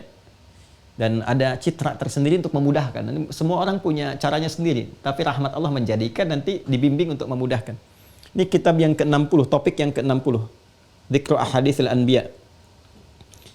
Topik yang ke-60. Dah. Jadi kalau nyari topiknya, insya Allah sih nggak beda nomor hadisnya ya. Topiknya juga nggak akan mungkin beda ya. Kecuali kurang selembar ini kitab saya Al-Bukhari-nya. Ini topik yang ke-60. Dzikru Ahaditsil Anbiya. Bab tentang pembahasan kisah para nabi. Gitu ya. Kemudian nomor hadis 3366. Rawinya, periwayatnya sahabat Abu Dzar Al-Ghifari. Abu Dzar Al-Ghifari. Nama aslinya Jundub bin Junadah. Jundub bin Junadah. Jundub bin Junadah. Jadi kalau Anda membaca hadis ada Jundub bin Junadah, yaitu Abu Dzar Al-Ghifari. Ya, kalau Anda baca hadis Abu Dzar Al-Ghifari, yaitu Jundub bin Junadah. Ya, seperti hadis yang tentang ini. Tentang doa bangun tidur. Alhamdulillahilladzi ahyana ba'dama amatana wa ilaihin nusyur, itu hadisnya riwayat Muadz bin Jabal dan Jundub bin Junadah. Hadis ini kalau di Al-Arba'in itu ittaqillaha haitsu ma kunta. Ya, wa atbi'is sayyi'atal hasanata tamhuha. Nah, itu riwayatnya dua orang. Ya, Muadz bin Jabal dan Jundub bin Junadah. Nah, ini nama aslinya. Kunyahnya Abu Dzar, asalnya dari Ghifar, makanya dikenal dengan Al-Ghifari. Ya, Al-Ghifari. Jundub ini termasuk pimpinan begal di masanya jahiliyah, pimpinan begal. Ya, jadi begal sudah ada zaman jahiliyah. Ya, bahkan sekampung itu rata-rata profesinya begal semua. Itu kota Ghifar. Dan ini taubat, masya Allah. Dengan info ada nabi, ada bisikan dalam jiwa, apa selamanya akan begini. Terus dengar-dengar ada info yang viral sampai ke Ghifar. Ada seorang nabi bawa ajaran begini-begini, kan direspon cepat. Makanya ini di Quran surah 29 Al-Ankabut di ayat terakhir itu jelas walladzina jahadu fina lanahdiyannahum subulana. Orang-orang yang serius menjemput hidayah. Hidayah itu kadang datang lewat percikan hati ya, sekelibat gitu. Apa saya harus begini gitu kan? Kenapa nggak jadi baik? Nah, itu hidayah Allah. Hidayah langsung disampaikan. Ya, kadang-kadang mendengar azan, hidayah Allah. kadang-kadang melihat, kadang-kadang lewat ceramah, apalagi penceramahnya hidayat juga, ada hidayat misalnya dan sebagainya. Itu mahal, itu sifatnya mahal. Nah ini ada getaran pada jiwa, langsung jemput. Kalau kita jemput, jalan diberikan. Singkatnya masuk Islam, diberikan wasiat oleh Nabi untuk pulang dulu ke Ghifar, ya sebagai persiapan nanti di Madinah berjumpa. Ini ketika pulang berdakwah di Ghifar, singkatnya pada taubat itu sekampung Ghifar, ya, dan masuk Islam dan menghebohkan Madinah di masa-masa setelah itu. Secara singkat, maka beliau pun mempopulerkan nama kunyahnya Abu Dzar, dan Ghifarnya disebutkan Al-Ghifari untuk memberikan kesan bahwa dulu saya berada di tempat yang seperti ini, tapi Islam memberikan cahaya sampai ke tempat kami jadi lebih mulia. Ya, makanya kalau ada yang masih membegal sekarang, itu ketinggalan jauh. Ya, segera bertaubat, karena yang dulu pun ya sudah banyak yang berubah, hasuna islamuhum, dan jadi termasuk periwayat hadis, Masya Allah. Nah, hadis yang akan kita bahas juga dari beliau nih, riwayatnya. Ya, maka dari itu pokoknya kalau ngaji sirah itu semua memberikan rahmat, kasih sayang. Tidak ada satu pun yang tidak punya hak untuk menjadi saleh. Ya, makanya saya tuh ingin sekali ya merumuskan fikih-fikih misalnya untuk golongan ini, golongan itu, profesi ini, profesi itu. Bahkan kita pun nggak boleh melihat orang-orang yang berbuat tindakan kriminal dan sebagainya misalnya kan, ya dengan tatapan-tatapan bengis, tatapan-tatapan putus asa, tatapan-tatapan hukuman, tidak. Kita masih diperkenankan untuk melihat tatapan dengan tatapan rahmat, peluang taubat, peluang berubah jadi lebih baik dan sebagainya. Itu babnya yang lain. Ya, kita buktikan saya dulu ya, cari Sahih Al-Bukhari-nya supaya kita langsung baca. Ini nanti Nabi akan sebutkan status yang dibangun pertama kali yang mana dan jarak dibangunnya seperti apa. Al-Bukhari. Saya kira masih di sini kitabnya. Oh, ini dia. Bismillah. Alhamdulillah. Ini tadi saya sebutkan topik ke-60. Kita lihat 3366. Nah, ini dia topik ke-60 nih. 60 3412 kanan atas kalau nggak salah nih. 3381 3366. Nah, ini dia, betul ya. Nih. 3366. Nanti di-scan ya, tolong ya, admin ya. Ya. Nanti teman-teman ini di-scan yang sudah masuk di akun, sudah mengaktifkan, tinggal nanti diakses saja ya. Nah, teman-teman yang terhubung di YouTube, yang belum bergabung silahkan. Masih terakhir saya lihat ada 300 lagi kuotanya. Berarti sudah 9.700 yang terdaftar. Ini kalau sudah 10.000 saya tutup ya. Supaya bisa maksimalkan dulu. Jadi nanti lebih banyak via Zoom belajarnya. Ya, zonasi ada yang digabungkan, ada yang juga nanti pengayaan. Dan teman-teman yang istifadah nanti akan berpindah ke YouTube Mira. Ya, untuk upload yang sekiranya bisa di-upload secara umum. Tapi kalau untuk tinjauan ngaji begini yang harus khusus. Ya, khusus spesifik supaya jelas nanti, dan ada sesi-sesi offline kita bertemu, mungkin saya undang nanti supaya mengonfirmasi ya, tahu dan mengonfirmasi serta ada nanti terkait dengan profesi yang mungkin bisa disupport dengan kurikulum khusus. Baik, yuk kita baca ya. Bismillahirrahmanirrahim. Kitab Ahadits al-Anbiya. Ya, topiknya tentang pernyataan-pernyataan atau hadis itu jamak dari kata hadis, perkataan-perkataan. Ya, perkataan itu bukan sekedar perkataan, bisa informasi, ya kan? Bisa sabda, ya kan? Para nabi. Baik, bab subtopik nomor hadis 3366. Qala al-Imam al-Bukhari, haddatsana Musa bin Ismail, haddatsana Abdul Wahid, haddatsana al-A'mash, haddatsana Ibrahim at-Taimi an abihi qala sami'tu Aba Dzar radhiyallahu taala anhu. Nah, ini ya, saya mendengar Abu Dzar. Jelas ya? Sama persis dengan yang tadi saya sampaikan.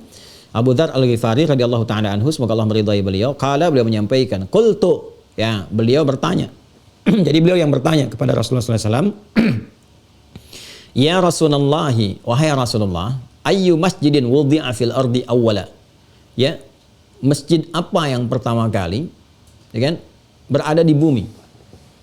Ya, berada di bumi. Mana yang pertama kali gitu kan yang ada? Qala, Nabi menjawab SAW, Al-Masjidil Haram, Masjid Al-Haram. Jelas ya? Jelas ya? Jadi mengonfirmasi ini ayat. Perhatikan urutannya. Masih ingat di Quran surah ke-17 tadi, ayat pertama? Allah mengurutkan apa tuh? Itu dari segi urutannya itu sudah mukjizat sendiri.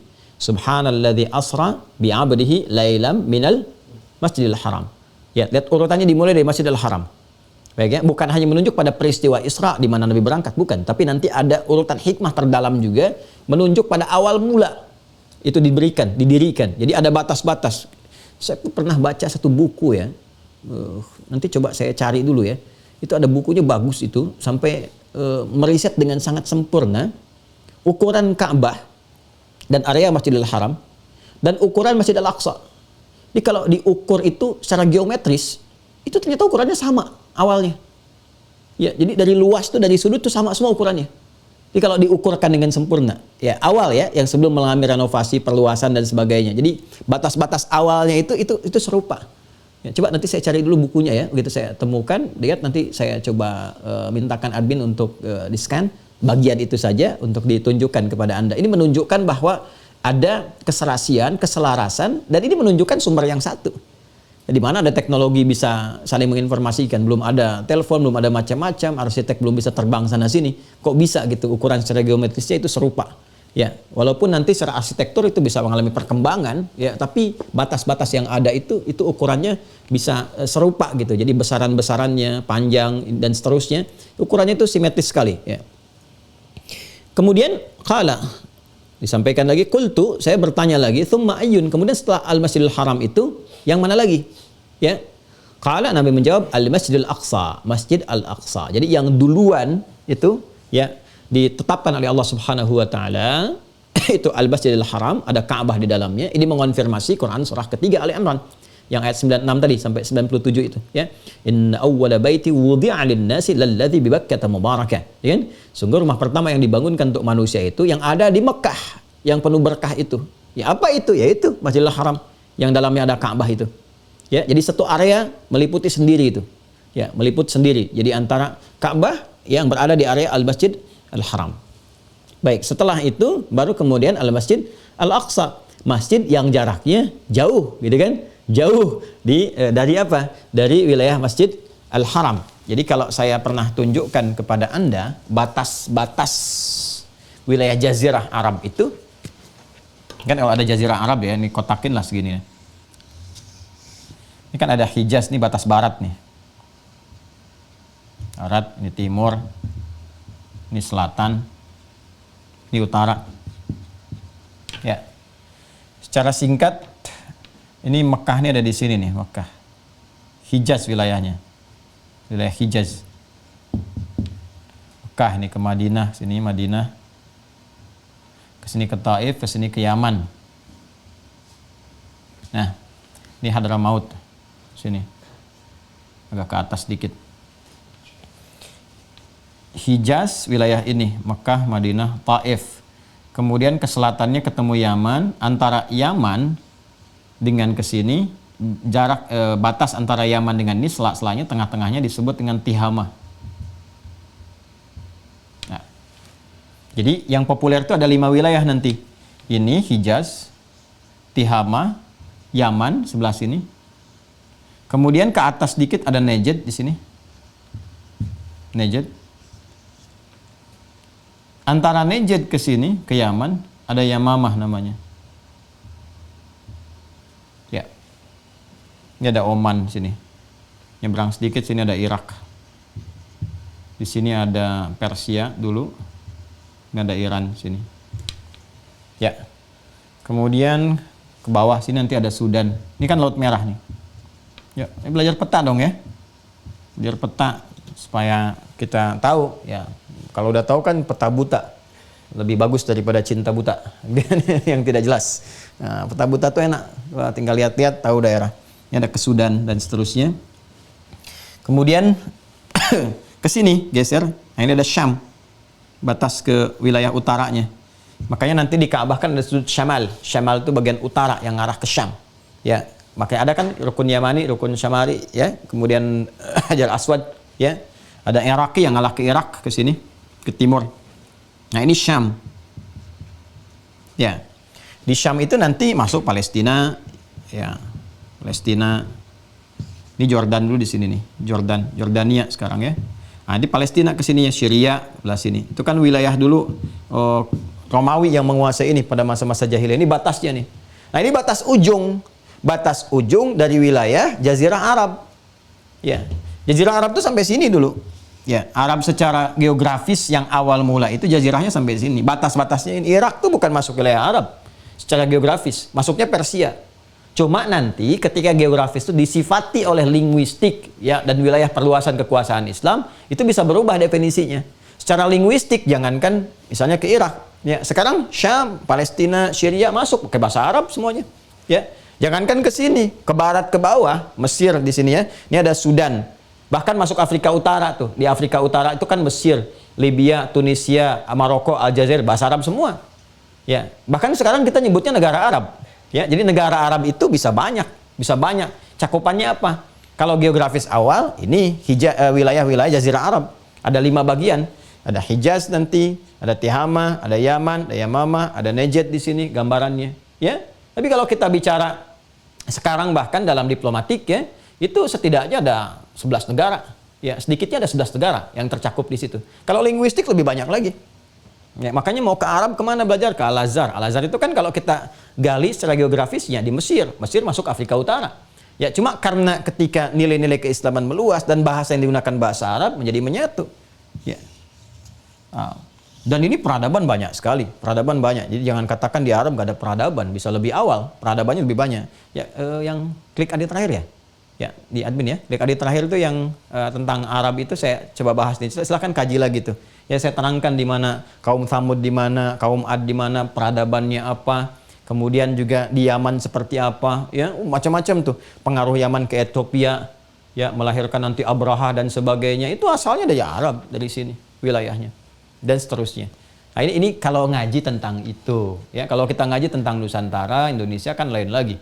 Ya artinya masing-masing punya kemuliaan, punya kebaikan dan saling menghormati itu mulia. Ya bagus. Dan belajar itu meningkatkan wawasan. Selalu ingat ya, selalu ingat. Cerdas itu anugerah, bodoh itu pilihan. Ya, nyampe ke situ ya. Sini ya, balik lagi ya. Nah ini perhatikan baik-baik. Kenapa disebut Aqsa? Karena posisinya di ujung ini, ujung batas Arab di sini. Ujung batas, karena interaksi yang ada di wilayah-wilayah Arab pada masa itu dengan batas-batasnya, ya kalau nggak ke Yaman kan, ya sini berdagang, aktivitas ini kan, oh ini metropolitan, Mekah itu metropolitan, semua dikunjungi, ya suasana kota, dan Madinah pun kota nanti, ingat tuh kota, dua-duanya kota, jadi Nabi itu lahir di kota, hijrah ke kota, awas ya, karena akan sangat sensitif kalau berubah jadi Arab, jadi Badawi, sifatnya beda, ada Arab itu berbeda, kajian lain, ya ini. Ya, li'ilafi Quraisy, ilafi rihlatasy syita'i was-shaif, kebiasaan orang Quraisy yang mereka berniaga, merantau, kan? Musim dingin, musim panas. Kadang ke utara, ke sini, ya. Sampai ke Syam berdagang. Syam tuh ke sini, ke batas-batas dengan Romawi. Sudah ada interaksi dengan Romawi. Ya kan? Kemudian kadang ke sini. Kadang ke Yaman. Makanya orang-orang Yaman tuh pandai dalam berniaga dan banyak hadis-hadis sifat-sifat tentang keutamaan, kemuliaan, keramahan orang Yaman tuh ada. Ya. Masya Allah ini. Makanya nanti banyak keluarga-keluarga Nabi SAW itu yang juga nanti yang ke Yaman tuh ya. Ada yang migrasi ke Yaman, ada yang kemudian ke sini nih ke timur, ke arah-arah Kufah dan sebagainya. Ada yang kemudian ke sini juga, ya ke arah-arah yang ke apa namanya ke utara gitu ya. Dan Masya Allah dari sebagian banyak ini nanti ada juga yang ke Indonesia dan banyak Masya Allah. Semoga Allah berkahi negeri kita ya. Ini gambarannya, ini ujung nih. Karena ujung di sini, ujung ini disebut Aqsa bahasa Arabnya. Ya, makanya Nabi ketika menyebutkan dan menerangkan kembali, menegaskan ayat Al-Quran, ya menyampaikan, Allah membimbing. Ya, Masjidil Haram ada di sini, itu dekat wilayahnya, dekat dengan rumah Nabi dan sebagainya. Ya, di sini. Nah, karena ini jaraknya ujung ke sini, maka disebut Masjid Al-Aqsa. Ya, ada ulama mengatakan demikian. Li bu'di masafatihi, karena jauh jaraknya, yang ujung dari batas ini ada di sini. Maka dinamakan Al-Masjid Al-Aqsa. Ya. Masjid itu tempat sujud. Tempat sujud, tempat beribadah kepada Allah. Aqsa yang terujung, yang jauh ya, dari ujung batas dari wilayah Jazirah Arab kalau diukur dari Makkah di pusat tengahnya ya. Nah kemudian ini menarik, selesaikan dulu hadisnya ya. Kultu, saya tanya lagi, Masya Allah ya. Kultu, saya tanya. Kulta, kamu berkata. Dia kultum, nah, kuliah 7 menit. Kultu, saya bertanya lagi ya, kata Abu Dzar Al-Ghifari. Jadi kultu dari kata qala, berkata, tapi lihat konteks, kadang diartikan bertanya ya, kalau konteksnya menanya, karena di sini ada tanda tanya. Kam kana bainahuma, berapa jarak antara keduanya? Dibangun Masjidil Haram dengan Masjidil Aqsa, jaraknya berapa lama? Qala, Nabi menyampaikan sallallahu alaihi wasallam, arba'una sanatan thumma aynama adrakatka as-salatu ba'du fasallih fa innal fadla fihi. Masyaallah. Jarak dibangun antara keduanya 40 tahun. 40 tahun. Jadi masanya nggak terlalu jauh antara selesai diletakkan kemudian ya, batas-batas Masjidil Haram dengan Ka'bah ada di dalamnya. Jarak 40 tahun dari situ kemudian Masjid Al-Aqsa. Jadi kalau Ka'bah itu jelas ada fase-fase tadi disebutkan, ya, dari fase malaikat, Nabi Adam alaihissalam, sampai Nuh, kemudian Ibrahim alaihissalam, dan renovasi setelah itu dalam setiap masa-masanya sampai yang ada saat ini tidak berubah dari batasnya. Walaupun mengalami renovasi nggak berubah dari situ keadaannya. Ya, tadi saya sedikit ya sempat saya ingin flashback sedikit lagi tentang, masih ingat tadi yang orang-orang jahiliyah, orang Quraisy itu saat mengumpulkan uang yang keluarnya sedikit itu. Nah, itu nggak cukup sebagian itu. Maka yang sebagian itu yang sekarang jadi area Hijar Ismail. Nah, itu mudah bagi Nabi sallallahu alaihi wasallam mengatakan udah tutup lagi aja. Tidak, ya. Tapi yang hikmah menjadi besar bagi kita adalah setiap orang yang punya harapan, kerinduan untuk sholat di dalam Ka'bah bisa masuk area Hijar Ismail itu. Jelas ya? Itu hikmahnya, salah satunya. Kalau ngaji agak banyak sih, kita bisa kemana-mana, tapi dalam sekali gitu ya, apa yang kita dapatkan. Ini jaraknya 40 tahun. Nah, para ulama ada yang memberikan batas 40 tahun ini di periode yang kedua setelah Adam alaihissalam, ya setelah malaikat kan fasenya Adam. Adam alaihissalam dari batas itu memberikan sebuah tanda-tanda yang jelas, gitu kan? Kemudian dibangun kembali di masa Adam, maksudnya diberikan batas keadaannya, dan 40 tahun dari situ baru Masjid Al-Aqsa. Ada yang memberikan batas seperti itu. Secara singkatnya Nabi hanya memberikan gambaran bahwa 40 tahun setelah kemudian dibangunkannya Masjidil Haram, ya, ada Ka'bah di dalamnya, baru ke Masjid Al-Aqsa. Jadi yang duluan Masjid apa? Masjidil Haram. Setelah itu Masjid apa? Masjidil Aqsa. Pertanyaannya, kok ketika sholat diperintahkan setelah Isra Mi'raj, kenapa Masjidil Aqsa dulu kiblatnya? Nggak langsung ke Masjidil Haram? Itu yang akan kita jawab besok nanti. Karena sudah jam 7 lewat ini. Baik, kita jawab besok insya Allah ya. Jadi kita baru sejarah tuh, belum ke cara. Dalilnya kan sudah, definisi sudah, dalil sudah, sejarah, tempat, waktu sudah. Nah, kita harus jawab tuh. Ya, mengapa itu dulu, lalu setelah itu hatam, baru kita bicara caranya. Menentukan kiblat seperti apa, menghadapnya bagaimana, posisinya seperti apa, kaitan antara menghadap kiblat dengan iqamah itu bagaimana, sehingga hikmahnya kita dapatkan dari itu semua. Ya, jadi kita baru sampai ke nomor 3 pertengahan. Ya, 3 pertengahan itu sejarah, belum ke cara. Ya, nomor 3 pertengahan. Jadi bersabar ya, insya Allah. Ini kalau kita belajarnya begini, ada sifat detail di dalamnya, insya Allah nanti berbagai hal itu bisa terjawab dengan baik. Ya, dan kita mengerti, oh ini, oh seperti ini, arahnya gini. Dan ada pembuktian dari sejarah begini, bisa dilacak semua. Islam itu tidak meninggalkan celah untuk menyoal gitu. Dan setiap pertanyaan ada jawabannya. Sehingga ada ketentraman dalam jiwa kita ketika mendapatkan kepastian. Ya, paling enak kan dijanjikan tapi nggak pasti gitu kan. Nah, nunggu itu kan paling nggak enak gitu. Ya, ada pasangan dijanjikan menikah tapi nggak pasti-pasti kapan melamarnya gitu kan. Ada orang ustadz mau datang ngaji tapi nggak pasti-pasti tanggal berapa ditetapkannya sebetulnya. Udah ngajukan tapi belum di ACC juga gitu. Itu lihat tuh ya. Nah, karena itu celahnya kita tutup dari pembelajaran sehingga kalau ada berbagai hal yang ditanyakan bisa terjawab.